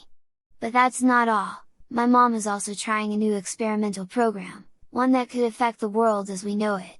I don't know everything about it, but I know enough to be scared. The weight of Andrew's revelation echoed through the cave, a blend of urgency and fear settling over us all.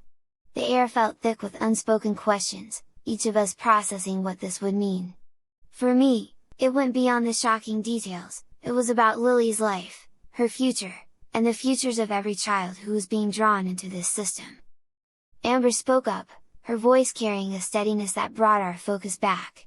We're not just stopping Shadow Learning Solutions from recruiting more kids, we're dismantling the whole thing from the inside. They won't see it coming. But we need everyone's help, and there's no room for mistakes. If we're caught, we'll be risking more than just ourselves. Zoe's face was resolute as she looked at each of us. We have one chance to get this right. That virus Amber created? It's already in place, disrupting the initiation machines. But there's more, we're going to expose them publicly. Every detail, every unethical practice, every document they've tried to hide. We need access to their main servers, and for that, we need to get inside. Courtney pulled out a small, tattered notebook, flipping through pages filled with sketches and notes. We have a plan to infiltrate their headquarters. With their security on high alert, we'll need decoys and distractions. That's where the rest of us come in. I looked around at the others. Even Samantha, small and wide-eyed, was nodding, her tiny form reflecting a maturity far beyond her years.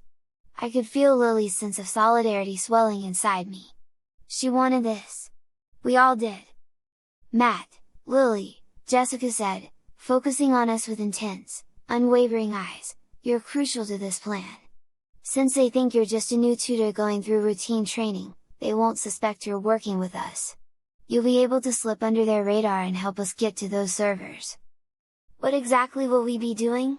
I asked, a mix of curiosity and apprehension rising. The scope of what they were planning was massive, and I felt the responsibility pressing on my shoulders. Amber handed me a small USB drive, its metal surface cold and unassuming. This contains the virus we'll upload into their main server.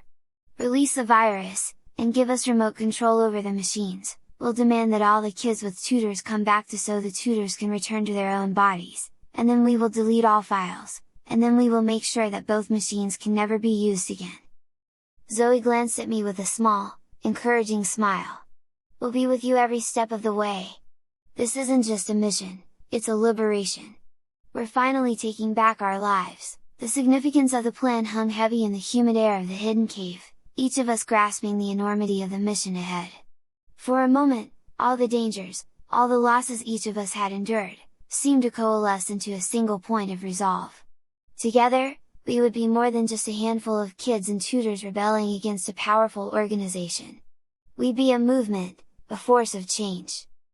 Amber, still wearing Andrew's face, extended her hand into the center of our little circle. For freedom, she said, her voice low but unwavering. The sentiment felt monumental, and one by one, each of us placed a hand over hers. Courtney, Jessica, Zoe, Samantha, and finally, me, standing as Lily, yet in my heart, holding on to my own truth. For freedom, we echoed, our voices blending, a vow that felt unbreakable. Amber began to break down the finer points of our roles. Everyone else seemed to know their role perfectly, I was just the newcomer. Tomorrow we will put our plan into action, and with any luck, tomorrow I'll be in my own body, and Lily will be free. Chapter 14 Sleepover. As we got back into Courtney's room, she threw me a pink nightgown to wear. I was still wrapped in a tower and still wearing a one-piece swimsuit. I took the nightgown, thankful that I could wear something that's not this swimsuit. Courtney's mom is also with us. Lily said in thought speak. But we can't say anything aloud to her, we're not sure if Shadow Learning Solutions bugged our houses or not. That's why we moved down to the underwater cave, they don't know about that place. I nodded, absorbing the weight of Lily's warning. The stakes were so much higher than I'd anticipated. This wasn't just about escaping a confusing, Surreal life, it was a coordinated fight for freedom, and the plan was delicate. The faint whisper of danger hung around us, even here in the warm, cozy heaven of Courtney's house. Slipping on the pink nightgown, I settled in with Courtney, feeling the adrenaline from our secret meeting slowly ebbed away. The soft fabric was a reminder of Lily's world, where everything had layer simple, familiar comforts blended with quiet, defiant rebellion. We were preparing to face forces that no one else knew existed, and our group of allies was all we had. I looked at Courtney for a second. Then I whispered, "Emily!" I whispered quietly using her real name. "What?" she asked. "What happens to you once we do this? Won't you go back to your old body confined to a wheelchair and paralyzed from the neck down?" Emily used Courtney's eyes to look at me, as she sighed. "Courtney has offered to let me stay in her body permanently. So I can have a second chance at life, but I would rather be in my wheelchair watching Courtney run around with Lily free than keep her as a slave in her own body." She turned away and looked at the ceiling. I figured that she was done talking, but then after a minute she spoke again. "It was my fault." She spoke almost like she was talking to herself. She looked over at me. "The accident, it was my fault. I pushed those girls on my cheer squad to do the stunt that I knew weren't ready for. I pushed them because I wanted the spotlight to be on me, and guess what, I got my wish, just not in the way I was hoping for."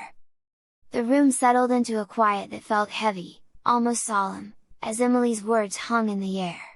I could sense the guilt she carried, the regret she seemed to wear like a hidden scar, as real as the physical injuries that had forever altered her life. I shifted, leaning over to put a hand on her shoulder, feeling Lily's own silent encouragement in the back of my mind.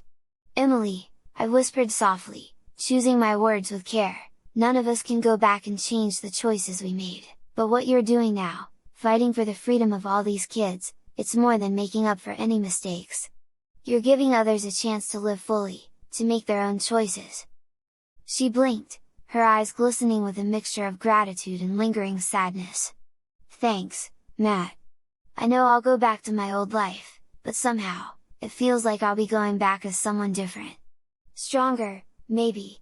She managed a small, brave smile, one that I couldn't help but mirror. As we settled into our respective beds, the room's atmosphere softened. The earlier tension and worry melted into a more comfortable silence as we let our guard down, just for the night. Courtney and I chatted idly about things like the games we play tomorrow, the books on her shelf, and the soft blankets that smelled like lavender, a comforting scent that lulled me into a peaceful state. It was in this quiet, familiar space that I felt most connected to Lily. Here, I was just a girl, sharing a room with her best friend, preparing for a night of simple, innocent dreams. But behind those dreams, I felt the steady beat of something larger. We were both clinging to these small, cherished moments of normalcy because we knew the weight of what tomorrow would bring. Chapter 15, Coming Out of the Shadows. I was awakened by Courtney. I wasn't expecting her to wake me up or even to be awake this early. I looked at the alarm clock, it was 4 o'clock in the morning. Courtney leaned over, her face illuminated by the soft glow of the street lamp filtering through her bedroom window. She whispered urgently, "It's time, Lily. Well, Matt. We need to get going." The haze of sleep lifted instantly as I felt Lily's awareness sharpen in my mind, sparking with alertness. I glanced around, quickly piecing together the situation. Today was the day, the culmination of everything we'd planned, everything we'd whispered in secrecy. We dressed in silence, slipping into plain, dark clothes that would help us blend into the early morning's shadows. Courtney handed me a backpack, heavier than I'd expected, filled with the tools and documents we need to infiltrate Shadow Learning Solutions' main office. As we sneaked downstairs, Courtney's mom stood by the door. I froze when I saw her, but Courtney didn't. "Ready to go?" Courtney whispered to her mother. Her mom then grabbed 2 book bags and handed them to us. "Wait, she's on our side?" I asked. "Of course!" Lily said in thought speak. "Meet me in the car in 5 minutes," Courtney's mom whispered. We exchanged quick nods, hearts pounding, and Courtney and I hurried outside, slipping through the stillness of the early morning. The world felt suspended, holding its breath in the dim pre-dawn, as if it understood the weight of what we were about to do. Courtney's mom's car was parked just a few feet away, a shadow in the pale glow of the street lamps. We slid into the back seat, our bags clutched tightly, anticipation buzzing between us like an electric current. She glanced back at us, her gaze calm yet intense, and gave a slight nod. "You both know what's at stake here," she said, her voice low but steady. "Once we're in, there's no turning back. Are you ready for this?" We shared a look. For Courtney, for Lily, for every tutor and every child trapped in a body that they can't control, this was more than just a mission. It was a chance to reclaim freedom, to break a cycle that had kept too many locked away in lives that weren't truly theirs. "Yes," I replied, my voice steady. Lily's confidence bolstered me, and I felt her silent approval as I met Courtney's mom's gaze. "We're ready."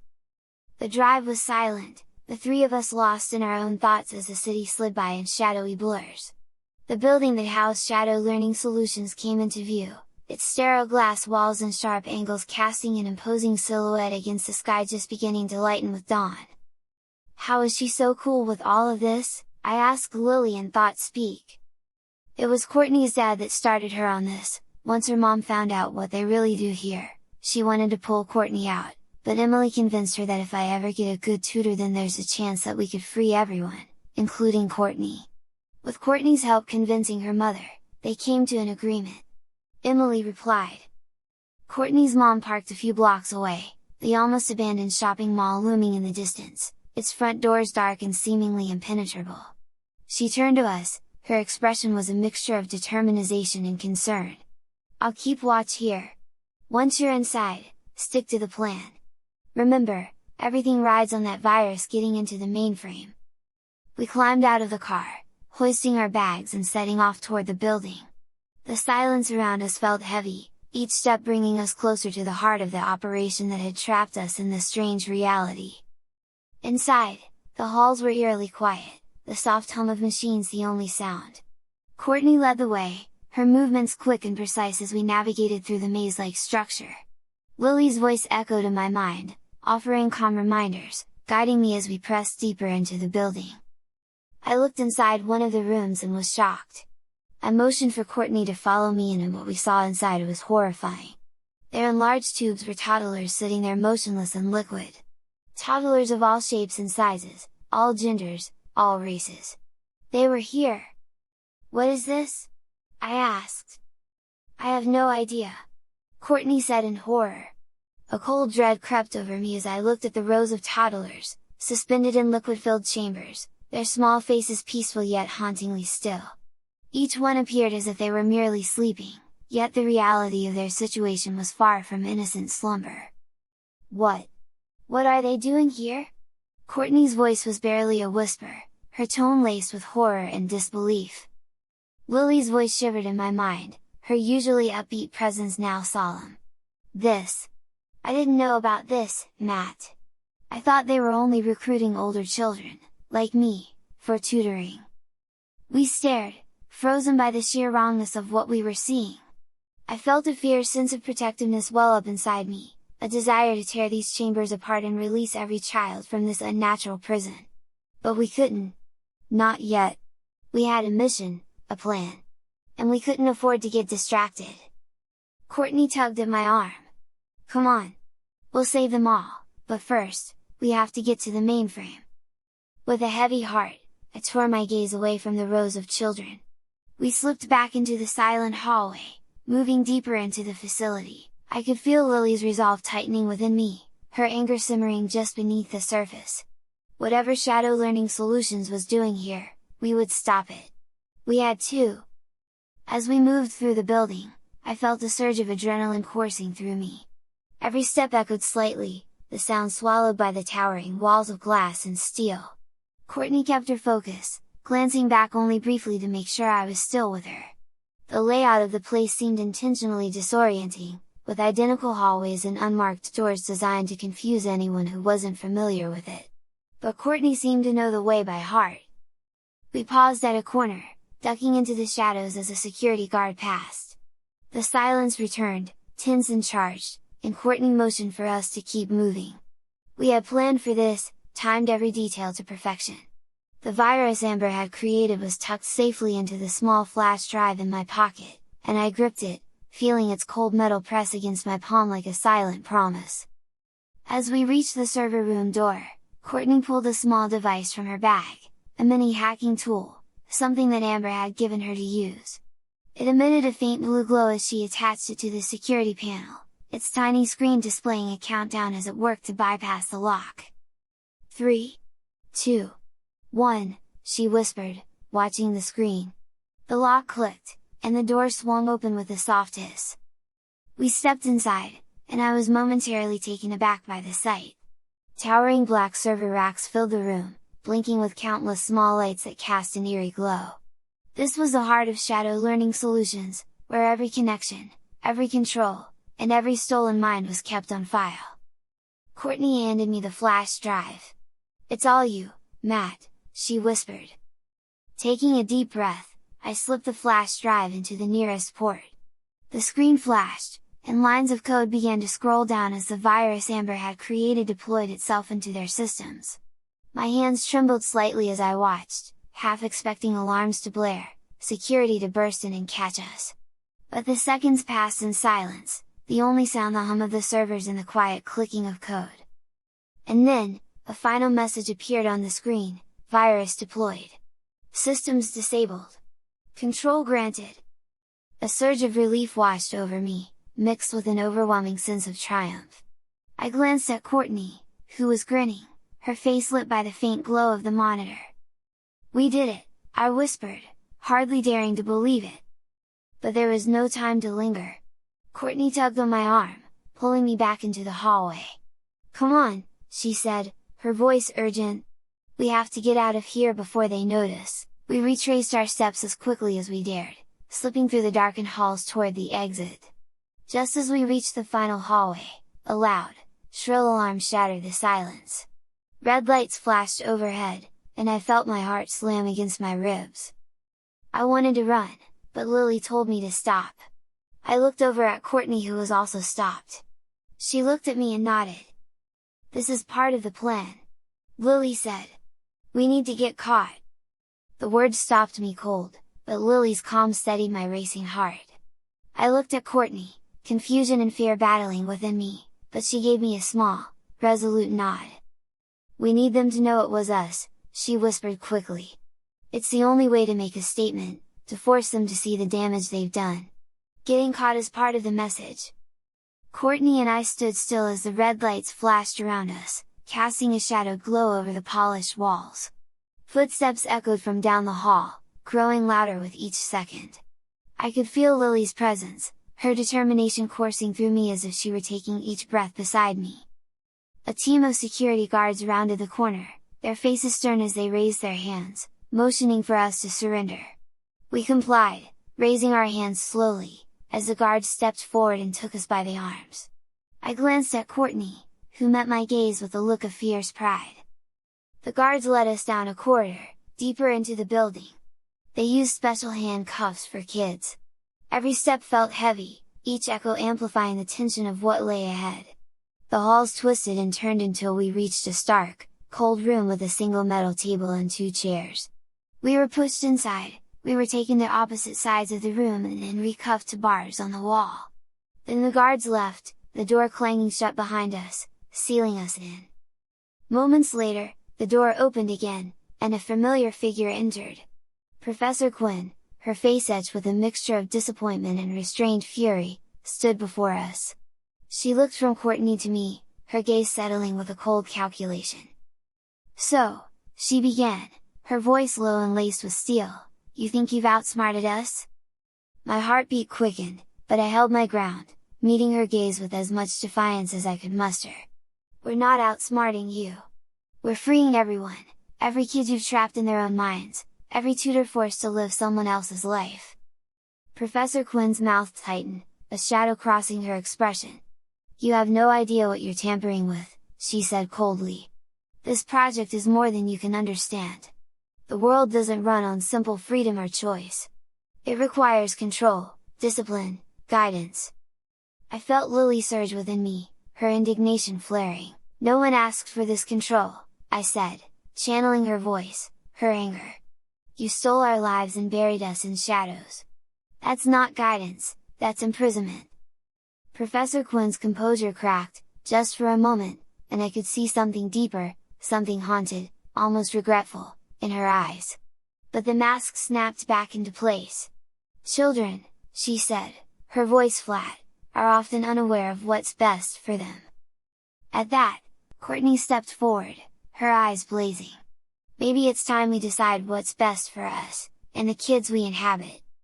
Professor Quinn didn't respond, but her silence spoke volumes. The weight of our words, our rebellion, hung in the air, undeniable and unbreakable. You have 5 hours to get every tutor out of the heads of their kids, Courtney said sternly. After 5 hours there will be a digital worm that goes into the system, destroying everything that is in its path. Professor Quinn looked at her and then to me. Do you know what you're doing? She asked. If you do this, Emily will be restrained to a wheelchair for the rest of her life. Matt, you will be stuck just a normal college student, and Lily and Courtney, you will be stuck as failures for the rest of your life. She turned on her heel and strode toward the door, pausing before she left. You two are now young, able-bodied, and don't have to have a care in the world, she said, almost as if trying to convince herself. You should be thanking me. You have 5 hours. I repeated. Better start calling people. The door slammed shut behind her, leaving us alone. The silence thickened, but beneath it, I felt a flicker of something new, an ember of hope, sparking in the wake of our defiance. Was this part of your plan? I asked, trying to get my hand out of the handcuffs. Kinda. Courtney replied. Courtney's response made me chuckle despite the tension in the room. Kinda? I echoed, raising an eyebrow at her. She shrugged, tugging on her own cuffs to test their strength. Well, let's just say, the getting caught part was planned. The handcuffs? Not so much. But hey, nothing ever goes exactly as planned, right? I rolled my eyes but couldn't help but feel a sense of admiration. Even in the face of potential doom, Courtney, or rather, Emily, still had a spark of humor. So, do you actually have a plan to get us out of these, or are we improvising? No, I don't, she said, giving up. We just have to wait here and see what happens. Chapter 16 Evacuation. As we sat there, wrists bound and nerves raw, the room fell silent except for the faint ticking of a clock on the wall. Each second ticked toward the 5-hour mark, our ultimatum echoing in my mind. The gravity of what we had done, and the risk we were taking, settled over me. Still, knowing we had sparked something, forced Shadow learning solutions to face its own darkness, brought a strange comfort. Lily's presence felt more solid within me, her quiet resolve bolstering my own. In the heavy quiet, Courtney and I exchanged a glance, an unspoken agreement between us. We'd done what we came here to do, but there was no guarantee that our demands would be met. With each tick of the clock, I wondered if they'd try to ignore us, or worse, retaliate. My hands ached, still bound tightly to the metal bar, but Lily whispered in my mind, this is it, Matt. Whatever happens, remember, we did this together. The door opened, interrupting our thoughts. Professor Quinn strode back in, her face unreadable. We're getting everyone over here, just like you requested, she said, crossing her arms. I hope you know what you two are doing. Emily, you traded a life of being young, able to walk, able to move around freely without a wheelchair for this. How sad it must be for you to know that without being able to be in a student's head you will be stuck needing around the clock care. What was it you told me when you signed up? That you weren't such a burden to people. Emily narrowed Courtney's eyes, but she kept her expression as calm as possible. Professor Quinn then looked at me. And Matt, well, here's the thing, you want to play hero? Well, heroes tend to get others killed, to get them hurt. Professor Quinn knocked on a door and it opened with a lab assistant rolling in my male body. My body! Professor Quinn aimed a gun at my head. Of course, there was no reaction from my body. Without my consciousness in it, my body was as good as dead. I can't threaten Emily, but I can you. Professor Quinn said. Turn off the countdown, and give me back full control of the machine, or else you won't have a body to go back to. Don't do it, Matt, I heard Lily say and thought speak. I took a steadying breath, feeling Lily's unwavering support within me. Professor Quinn's ultimatum hung heavy in the air, and I sensed her waiting, watching, daring me to surrender our cause. I glanced at Courtney, who met my gaze with calm defiance, and I knew we were aligned in our resolve. No matter how personal or painful the consequences, we couldn't turn back now. We had come too far to let fear or threats stop us. What makes you think I'd be better off going back to that body if it means sacrificing everyone else? I replied, my voice low and steady. I'm willing to risk it. Professor Quinn's eyes narrowed. So, you're willing to throw your own life away for a cause you barely understand? Maybe I don't know everything, I said, my voice growing stronger. But I know what it feels like to lose control of my life, my mind. And I know what it feels like to have the one chance to make things right. Courtney chimed in, her voice steely. You can try to manipulate us with threats, but we're not afraid.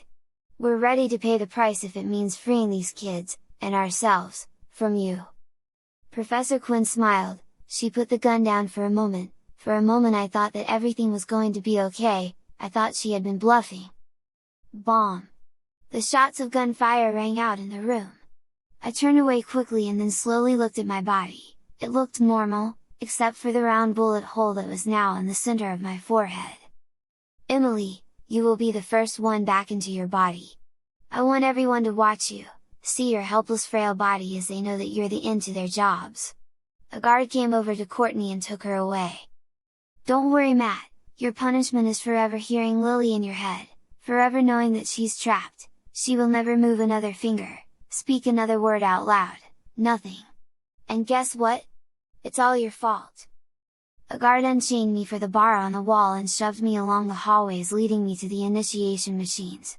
I tried to fight them, but they chained my ankles so all I could do was shuffle down the hallway. I am so sorry! I said to Lily. Don't apologize, Matt, Lily whispered in thought speak, her voice tender yet firm. You did what no one else would. You gave me hope.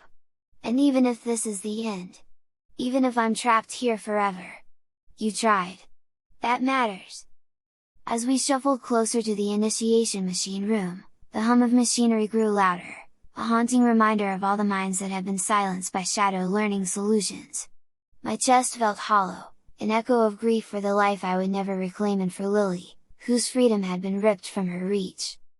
The guard shoved me into the room, and I stumbled, catching myself just in time to see Courtney strapped to the initiation machine. Her face was pale, but her eyes were fierce. Professor Quinn stood nearby, her arms crossed, a faint smirk on her face. Emily's body was sitting there in the wheelchair, she was soon going to return to it helpless. Ready to go back, Emily? Professor Quinn taunted, nodding to the machine as it powered up. It's time for you to return to your old life and accept the consequences of your reckless actions. I felt Lily recoil, her horror mingling with my own as we watched the machine's lights pulse, illuminating Courtney's face with a harsh, sterile glow. She looked over at me, her eyes softer now, filled with a kind of sad resolve. This isn't over, Matt, she said, her thought-speak voice barely a whisper. They can't take our spirit! They can't take the truth of what we've done here! Courtney started to wake up, as she did Emily started to move in her body as well. Courtney tried to get up, she was weak just like she always was when she got back into her body. Professor Quinn watched Emily get back used to her body, she was now trapped and paralyzed from the neck down. Pathetic, Quinn murmured. Do you see now, Emily? All that fire you had, it means nothing without this machine. But Emily didn't seem to be broken. She lifted her chin, eyes blazing, defiant even in weakness. I may be back in this body, Professor, she rasped, her voice shaky but filled with a quiet power, but you will never take away the truth. And once the truth is out, no machine in the world can save you. For a moment, there was a ripple in Professor Quinn's expression, a flash of something like fear. But she quickly composed herself, turning to the guards. Enough! Get her out of my sight! The guards took Emily's wheelchair and pushed her over to where I was. Another guard grabbed Courtney and pulled her over to us. Courtney, back in her own body, leaned heavily on me, her breath shallow as she adjusted to the overwhelming sensation of helplessness. I gripped her arm, lending what little support I could, even as my own future grew dimmer. Lily's presence in my mind was a thin, flickering comfort, a reminder of what we had fought for, even as it was slipping from our grasp. A guard came over and cuffed Courtney's hands together and then put shackles around her ankles. "Courtney, you won't be free until I am satisfied that you didn't help plan this," Professor Quinn said. She then looked at Emily. "Cuff her as well and take off the chin stuck so she can't move the wheelchair." "Really? You're cuffing a girl that can't even move her hands?" Emily said, snickering. "What's next? Are you going to ask me to tap dance as well?" Professor Quinn's face twisted into a cold sneer. "You've caused more trouble than you're worth, Emily. Consider this my personal assurance that you won't try anything like this again." The guards clamped down the shackles, restraining Emily's motionless wrists to the arms of her wheelchair. Despite her words, Emily's spirit remained unwavering, and her defiant gaze didn't falter. Once again, the silence in the room grew thick with the weight of loss, anger, and resolve. I stood beside Courtney, now in her own body, and Emily, confined to her chair. We were a broken rebellion, yet there was something else lingering in the air, a stubborn resilience that refused to die. Professor Quinn turned on her heels and went to the doors. "Let's get all the tutors back in their own bodies!" she yelled out. "Let's show this fine group of individuals all the people they really affected." As we stood there, bound, defeated, and barely holding on to hope, a faint murmur echoed down the hall. Gradually, it grew louder, as one by one, children, victims of the very system Professor Quinn controlled, were led into the room. One by one they sat in the chair and then the tutor would be back in his or hers body. Each face that came through those doors drove home the magnitude of what Shadow Learning Solutions had done, and I felt Lily's sorrow mingling with my own. Each tutor had once been a person in their own right, each child a future stolen from them, repurposed for a life they never chose. The room filled with murmurs, soft sobs, and whispers as tutors and children alike realized their fates were being dictated by this twisted organization. But instead of despair, a new feeling began to pulse through the crowd, a feeling of quiet rebellion. Even restrained, Emily's gaze remained fixed on Professor Quinn, her voice cutting through the silence. "They won't forget this. None of us will." I looked at Courtney, her face filled with exhaustion yet brimming with determination, and then at Emily, whose defiant gaze was locked onto Professor Quinn. I felt Lily within me, her emotions surging, a blend of pride, anger, and an unyielding spirit. Despite everything, we were here, standing together in our fractured way, but together all the same. Andrew was next to get his body back. But to my surprise the assistants didn't bring out a woman. Instead there was a girl about Lily and Courtney's age that got wheeled out. Amber wasn't an adult like the rest of the tutors were, she was a kid. The only way that she would be allowed as a tutor would be if she is a prodigy. "Remember, don't say anything, Andrew needs to appear like he had nothing to do with this," Lily said. "The same goes for when Zoe, Samantha and Jessica come in, Professor Quinn cannot know they were also responsible," Lily said in thought speech. "I know," I said to her. I felt Courtney lean against me, as she tried to comfort me. Despite the gloom that hung around us, the sight of Andrew, now back in his own body, silently supporting us, rekindled a glimmer of hope within our group. As more children were guided back to their own bodies, the mood in the room began to shift, inching from despair toward a quiet, simmering resilience. For every child freed, every tutor re-entering their own body, a silent promise seemed to grow: this isn't over. One by one, familiar faces returned. Samantha, Zoe, Jessica, all of them were restored without a word, rejoining the ranks of tutors who'd been stripped of their control. Yet as they passed by us, their eyes carried a determined message. Though they had lost their hosts, their expressions mirrored our fierce commitment. Professor Quinn may have returned us to our places, but the bonds we'd formed, the strength we'd gathered, and the truth we'd unearthed couldn't be silenced so easily. With each child's restored body, our enemies believed they were tightening their grip on us. But they had sown the seeds of their own undoing. I looked up to see Lily's father walking into the room. I started to shuffle over to him with my ankles still cuffed together. "Father," I said, "I didn't expect you." Before I could say anything else, he slapped me. "I told you to take care of my daughter, to keep her out of trouble, to get her good grades, and what did you do? You used her as a pawn in your little crusade. And now she's gone forever," Lily's dad said. The sting from Lily's father's slap spread through me, but the pain couldn't touch the determination burning inside.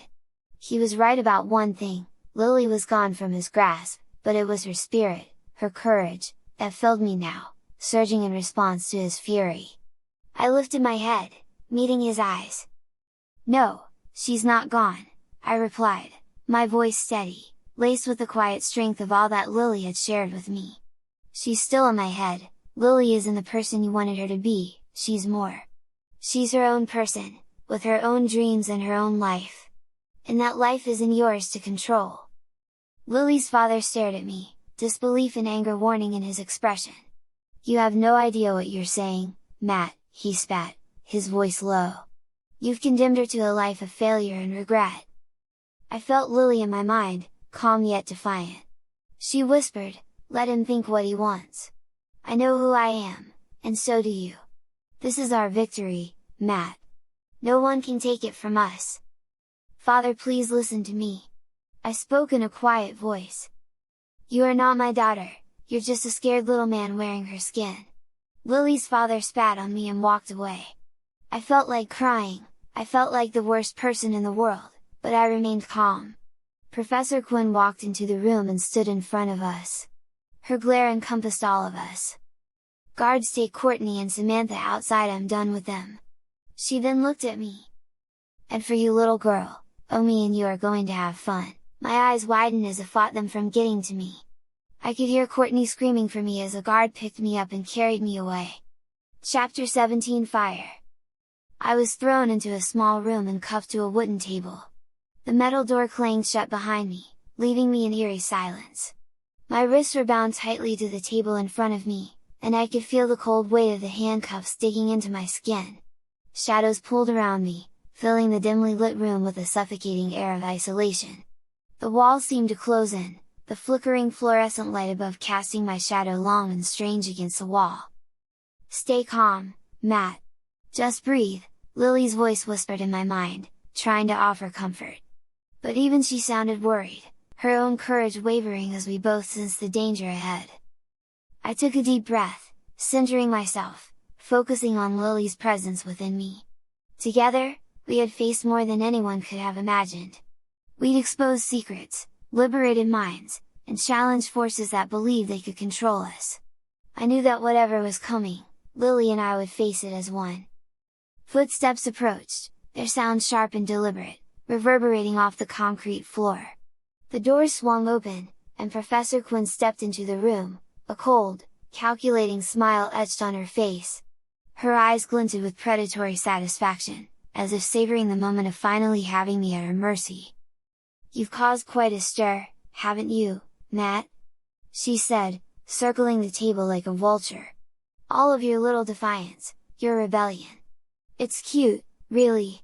But did you honestly think it would amount to anything?" I met her gaze, refusing to give in to her intimidation.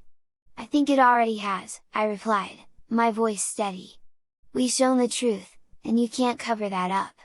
People will know what you're doing here. They'll fight back."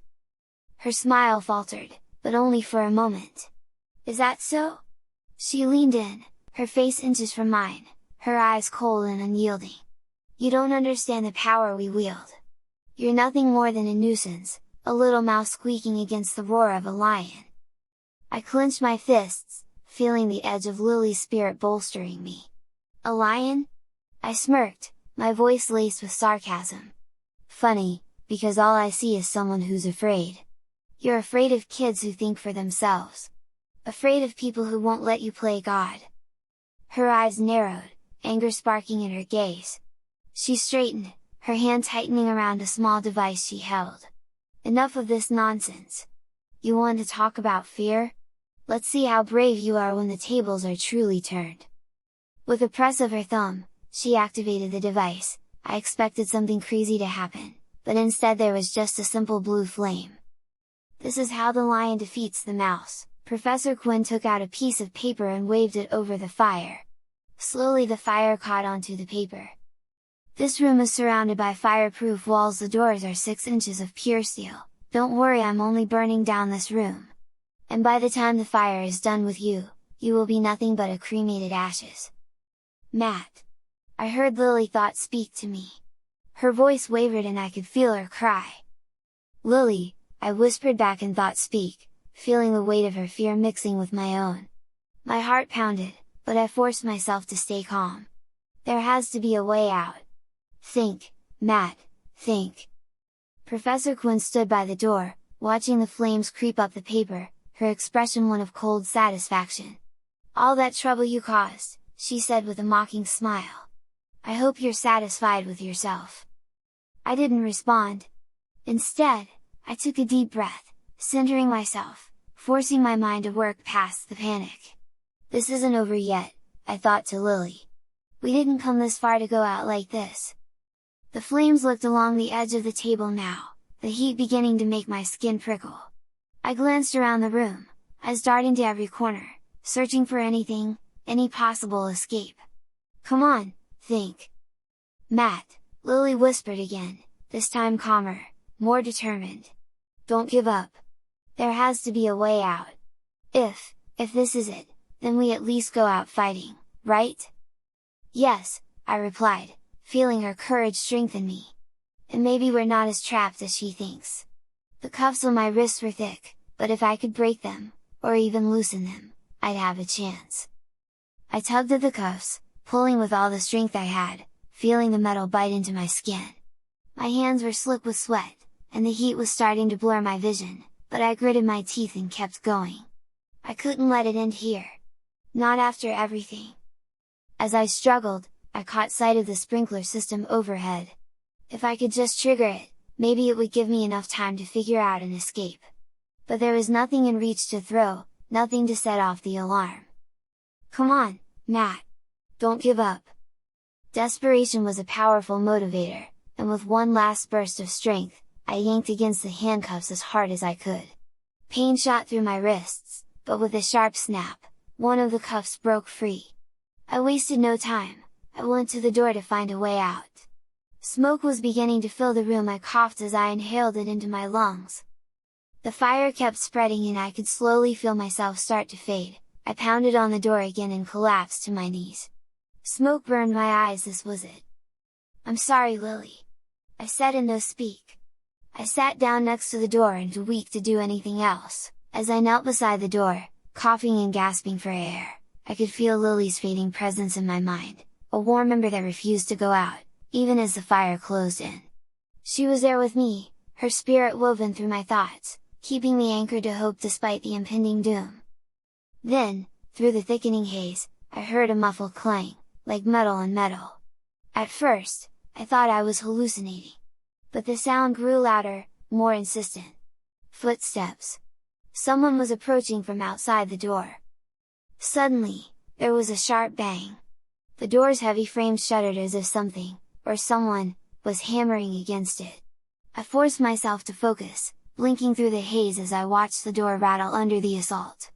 Another loud crash, and then, miraculously, the door swung open, smoke billowing out and into the clearer air of the hallway. Through the doorway, a figure emerged, coughing but determined, Lily's father. He scooped me up in his arms with me barely conscious. "Hang in there, Lily!" he said, as he carried me out of the room. I looked back at him but couldn't say anything to him, I was just too weak. "I'm sorry, Lily, and I'm sorry, Matt. I was so focused on my plans for Lily's future that I forgot to wonder what Lily wanted." He brushed the hair away from my face. I looked at him for a few seconds before passing out in his arms. Chapter 18 Awakening. My head was throbbing, and every inch of my body felt heavy, as though I was dragging an invisible weight. Opening my eyes was like lifting a boulder. The first thing I saw was a dull, white ceiling and the sterile mesh walls around me, like a crib's railing. Confusion clouded my mind as I tried to make sense of where I was. "Lily, are you there?" I asked in thought speak, hoping for the comforting familiarity of her voice. There was only silence. My heart sank, but before I could process the emptiness left by her absence, a small pair of eyes peered over the mesh wall. They belonged to a toddler, maybe 2 or 3 years old, with big, curious eyes and a surprisingly focused expression. The child didn't look away, almost as though they were studying me. "You're awake," the toddler said, her voice too calm and collected for her age. She crawled over the side of the enclosure, settling beside me with crossed legs, her gaze fixed on me with an intensity that felt unusual. Like she wasn't quite as young as she appeared. I blinked, trying to shake the fog from my mind, wondering if I was seeing things. But there she was, a toddler, but with a presence that didn't match her small frame. "Are you all right?" she asked, and this time, I noticed a maturity in her voice that was unnerving. I tried to sit up, feeling the stiffness in my body resist, but managed to prop myself up enough to look around. "Where am I?" My voice sounded rough, foreign even to my own ears. The toddler didn't answer immediately. Instead, she looked down, her expression turning thoughtful in a way that was unsettlingly adult. Finally, she spoke. "This is the playpen," she said softly. "It's meant for toddlers, and well, I guess there's no better way of telling you." The realization that the toddler girl didn't seem so small hit me just then. She seemed to be normal size to me. The girl reached over to me and grabbed my hand. "Don't freak out, Matt," she whispered, and then lifted my hand into view. My hand was smaller, more puggy, round, with chubby fingers that reminded me of a baby's. I stared at it in shock, feeling the strange, unfamiliar warmth of my own tiny hand. It was impossible. This couldn't be happening. Panic started to bubble up in my chest, and I felt my breathing quicken, short and sharp. I looked back at the girl, and her steady gaze held me in place. "Matt," she said, squeezing my hand as if to ground me, "take a deep breath. It's weird, I know, but you need to stay calm. Trust me." I tried to do as she said, sucking in a shaky breath, feeling the strangeness of my little lungs expanding and contracting. It helped, if only slightly. "What? What happened to me?" My voice came out in a high-pitched tone that startled me all over again. "Do you remember the tanks full of toddlers that we saw when we broke into Shadow Learning Solutions?" she asked. I nodded slowly, the memory resurfacing with a chilling clarity. Rows of toddlers, trapped in tanks, their small bodies suspended in liquid like eerie dolls in a nightmare. The toddler beside me, a girl who clearly wasn't just a child, nodded back, her expression grave. According to Andrew, those toddlers were there for a new service that Professor Quinn was planning to have a tutor use them to live out their whole life in there so wealthy families can have a prodigy from the start. Those toddlers were made in a lab, they had no conciseness, they were just empty bodies floating in a tube of liquid, awaiting something to fill them, she continued, her voice steady despite the horror of what she was saying. "You were placed in one of those bodies. And reluctantly so was I." "Wait, who are you?" I asked. "Emily," she replied. "After they confirmed that you were able to go from Lily's mind to this toddler's body, they asked me if I wanted a new body too. I was happy to live out the rest of my life paralyzed, but Courtney convinced me to try this out." I stared at Emily, my thoughts swirling. Somehow, we had escaped Shadow Learning Solutions' clutches, only to find ourselves trapped in new bodies, the bodies of toddlers, engineered without their own minds, just vessels for us to inhabit. "Emily, what does this mean for us?" I asked, struggling with a high-pitched voice that came out, alien and unfamiliar. "It means we get a second chance at life, I suppose," Emily said with a slight, bittersweet smile. "Though it's a life we never chose." "Is it really an escape?" I wondered, looking at my tiny hands. The world felt huge and daunting from this new perspective, and a strange mix of hope and sorrow welled up inside me. Lily's absence felt like a void I could never fill, her spirit now bound to the memories we shared. I was starting over, yes, but without the freedom I had fought so hard to gain. I sat up leaning against one of the corners of the playpen. I looked down at my new body and saw that I was wearing a pink onesie. It was almost identical to the one that Emily was wearing in her new toddler body. "We put you in a girl's body, I know you probably preferred a boy's, but the cover story for us is clear. Courtney's mother has adopted both you and I, we're both twins, my name is still Emily while your name is Emery." The weight of everything came crashing down as Emily finished explaining. I'd fought to be free, to give Lily her own life back, only to end up here, starting over in a body and life I'd never chosen. It was surreal, and my mind raced, grappling with the enormity of what lay ahead. Yet, seeing Emily beside me, unwavering and determined, lent a quiet strength to my dismay.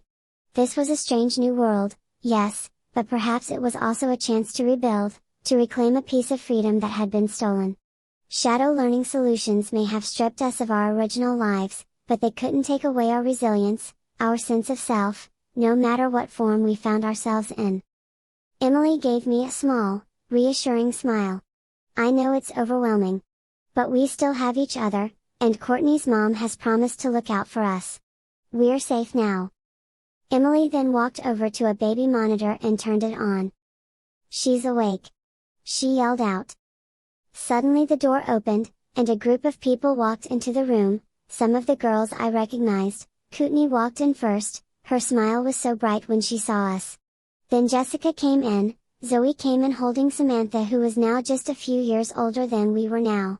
Behind them 3 adults walked in. 2 women, and 1 guy. I know who they were instantly. Sarah, who had tutored Jessica, Madison, who was tutoring Samantha, and Stephen, who was a lot older than any of us who had tutoring Zoe. Courtney's mom walked in last, her face warm and welcoming, eyes misty as she took in Emily and me in our new forms. It was strange, watching familiar faces tower over us, their smiles full of relief and something close to pride. I felt a pang of comfort and discomfort all at once, comfort that these people had come together to protect us, but discomfort that this new life felt so foreign, so different from the freedom I'd envisioned. Courtney crouched beside the playpen, her face level with ours. "Welcome back, both of you," she whispered, her voice thick with emotion. "We missed you." I managed to smile a small smile, feeling my chubby cheeks warm. Emily gave a confident nod, a slight grin tugging at the corners of her tiny mouth. This was the girl who'd once refused to let her paralysis define her, and now, here she was, defying fate again in this new life. "Thank you, Courtney," I said, hearing the tiny, high-pitched voice escape my mouth, still disoriented by the sound. Courtney's mom, Mrs. Harris, approached us with a gentle smile. "It's been a long journey, hasn't it?" she said, her voice filled with warmth. "But you're both safe now, and you're free from shadow learning solutions." It was odd hearing that word, free. I still felt the lingering weight of everything we'd endured, and yet here was a new beginning, however strange and unexpected. Jessica stepped closer, her eyes soft and full of understanding. "You did it, Matt, you and Emily. You exposed shadow learning solutions. There's been an investigation, the authorities are dismantling the entire organization." She paused, glancing at the adults in the room. "And we're all out for good. No more tutors, no more forced hosting. Everyone's back in their own bodies, free to live their lives." A swell of relief washed over me, and I looked at Emily, who wore a soft smile. Despite everything, we won. Maybe it hadn't turned out exactly as we'd planned, but there was hope, hope that we could still shape our lives, even in this unexpected new chapter. Zoe held Samantha tightly, her expression gentle but resolute. "You both started something bigger than you realize. People are questioning everything shadow learning solutions built, and kids everywhere owe their freedom to you too." I felt Lily's absence again, a dull ache, a reminder of the price of this journey. "Where's Lily?" I asked. The group of people all looked down. I could feel the air around me thicken. "What happened to her?" I asked again. "We'll take you to her," Zoe said, picking me up from the playpen. I looked back to see Courtney picking up Emily. Zoe carried me through the hallway, her steps light but filled with a quiet solemnity. My heart pounded as I tried to process everything, the reality of Lily's absence pressing down on me with each step. I clung to Zoe, my small fingers curling tightly into her shirt, bracing myself for what was to come. After a few turns, we reached a door that opened into a small, softly lit room. In the center of the room was a sleek medical bed surrounded by screens and machines that hummed faintly, a constant, steady rhythm.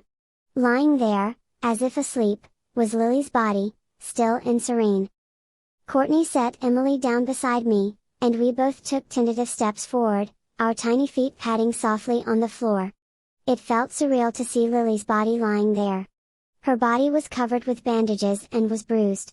I remembered the fire we were trapped in, and how close we were to death when we were saved by her dad. "Lily, wake up," Courtney said. "Matt is here." To my surprise and relief, Lily's eyes opened.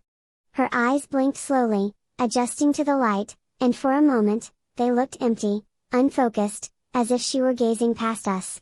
But then they found mine, and a soft warmth flickered in their depths. "Matt?"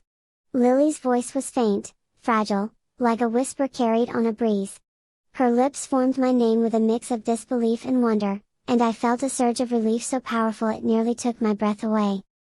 "Lily," I murmured, moving closer, my small hand reaching for hers. Though my hand was tiny, the connection felt as strong as ever, as if all that we had been through had woven an invisible thread between us, holding us together across any barrier. She glanced around, taking in the group that had gathered around her bedside, then her gaze settled back on me. I thought I'd never see you again," she whispered, her eyes welling up. "I'm here," I assured her, my voice cracking slightly. "We're all here. And, Lily, we did it. Shadow Learning Solutions is finished. No more machines, no more stolen lives." I could see the weight of that news sink in, a mixture of joy and pain crossing her face. Despite everything, we had accomplished what we set out to do. Lily's hand trembled slightly as it found mine, her fingers wrapping around my small, pudgy ones with surprising strength. "Thank you, Matt. You never gave up on me, even when I was just a voice?" A tear slipped down her cheek, and she squeezed my hand, her gratitude unspoken but clear. Emily took a small step forward, her toddler face serious, but her gaze filled with compassion. "None of us would have gotten this far without each other," she said, her young voice carrying a conviction that belied her small form. "You and Matt sparked something bigger than us. Together, we started a movement." Lily managed to smile. "Then, maybe it was all worth it," she whispered, her gaze drifting from one familiar face to another, finally landing on Courtney, Zoe, and the others who had helped carry this rebellion forward. Despite everything, we had found a way to create a new reality. The room was thick with unspoken emotions, the weight of our collective journey pressing down on all of us. Seeing Lily's fragile form lying there, recovering from unimaginable trauma, made the victory bittersweet. We had won our freedom, but it had come at a high cost, leaving scars both visible and hidden. Mrs. Harris placed a comforting hand on Courtney's shoulder, her eyes reflecting a deep, maternal warmth. "You all have been through so much," she said softly, her voice barely above a whisper. "It's time to rest, to start anew. I promise you, this is the end of your suffering. We'll make sure of it." Lily looked at each of us, her gaze lingering a little longer on me. "What happens now?" she asked, her voice barely above a whisper, a question that seemed to resonate deeply with all of us. None of us had thought much beyond the next battle, the next desperate attempt to escape or outwit Shadow Learning Solutions. Emily stepped forward, her small frame casting a surprising strength. "We live," she said simply. "We finally get to live without looking over our shoulders, without wondering when the next trap will be sprung." Her gaze was fierce, a reminder of the iron-willed girl she'd always been. "And we don't let what they did to us define the rest of our lives." Chapter 19. 8 years later. I followed Emily through the double doors of the auditorium, stepping into the grand space that had been transformed for graduation day. The seats were filled with proud families and friends, and the soft hum of voices echoed off the high ceiling. We were both wearing matching purple dresses, a tradition of ours, but today, it felt especially meaningful. I looked over at Emily, catching the sparkle in her eyes as she turned to me, her hand squeezing mine tightly. It had been 8 years since we escaped the grip of Shadow Learning Solutions, 8 years since we'd been reborn in the bodies of children. Now, standing together, we were no longer haunted survivors. We were simply young girls, ready to watch our sisters take on the world. Ahead of us, on the stage, Courtney and Lily were adjusting their purple caps and gowns. Just minutes earlier, they'd received their high school diplomas, and now they stood at the edge of the stage, waiting for the ceremony to finish, faces bright with the thrill of what lay ahead. The applause swelled around us as the principal wrapped up his final remarks. Emily and I exchanged a glance, a shared, unspoken memory of those dark years. We fought so hard, not just to escape, but to build a life of love and safety for all of us. And now, surrounded by the hum of joy, family, and friendship, it felt as though we'd finally arrived. As the ceremony ended, Courtney spotted us in the audience, grinning and waving. The room began to empty, and we moved toward her, weaving through rows of seats and clusters of families exchanging hugs and congratulations. "Can you believe it?" Courtney said as she pulled us into a hug, laughter bubbling from her. "We actually did it!" Lily, standing beside her, rolled her eyes with mock exasperation, a smile breaking through. "I think what Courtney really means is, can you believe she passed chemistry?" Courtney nudged her, grinning. "Hey, some of us had to work hard for the B-, okay?" We all laughed, and I found myself studying the two of them. It felt surreal. I remembered being inside Lily's mind 8 years ago. Since then, she'd grown into a beautiful, confident young woman, graduating as valedictorian, without a tutor, or anyone, in her head. Memories of my own high school graduation flooded back to me, from back when I was Matt. The exhilaration of that moment was a powerful feeling, and I imagined how it must be for Courtney and Lily now. But for me, as Emery, a 10-year-old girl, I still had a few years before it would be my turn to stand on that stage. For now, though, I was exactly where I wanted to be. Over these past 8 years, Courtney had become an amazing big sister to both Emily and me. Her mother became our mother, and Lily became like a sister too. And Lily's father, he had changed more than I ever thought possible. The once stern man who'd had every detail of Lily's life mapped out now stood a few feet away, waving at us, his expression softened by the years that had melted his rigid edges. I felt an odd pride seeing him now. He had grown and adapted, letting go of his strict plans to make room for the family we had become. As we broke apart from our hug, Lily's dad approached, clapping Courtney on the shoulder before wrapping Lily in a brief but affectionate embrace. "Well, congratulations, you two," he said warmly, though I caught the shimmer of unshed tears in his eyes. "You've grown into remarkable young women." Courtney shrugged, smiling. "We had some great role models," she said, glancing at Emily and me with a wink.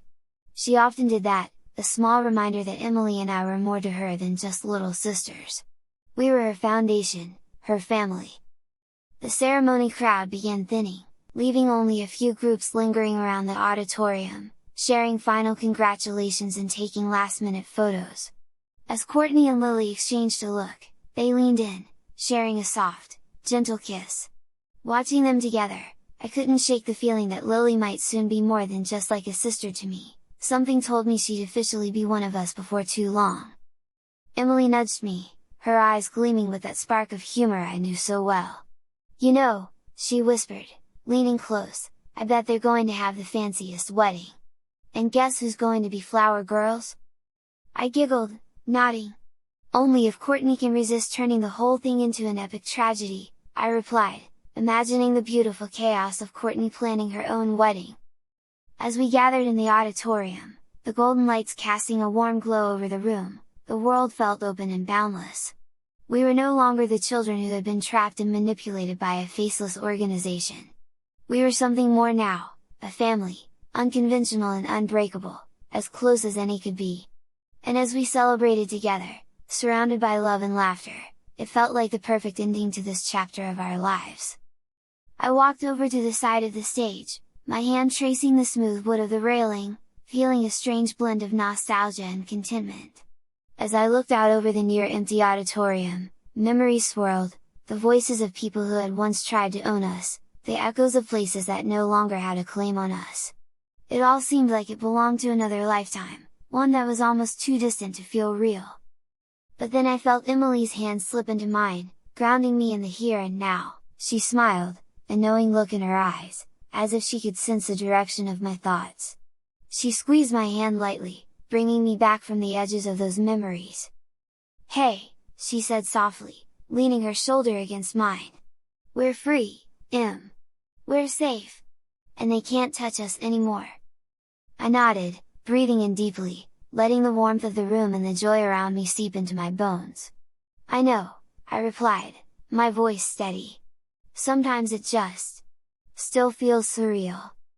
A sudden laugh broke our quiet moment. Courtney had rejoined us, pulling her graduation cap off and fluffing her hair with a dramatic sigh. "Remind me to never wear one of those again," she groaned, wincing as she ran her fingers over the imprint it had left on her forehead. Lily smirked, reaching over to brush her fingers over Courtney's brow with a softness that made Courtney's cheeks flush. "You'll be in plenty more caps and gowns if you end up going for that degree in theater, you know," Lily teased. "They don't let you skip out on the funny hats." Courtney rolled her eyes, but her smile betrayed how much she loved the gentle ribbing.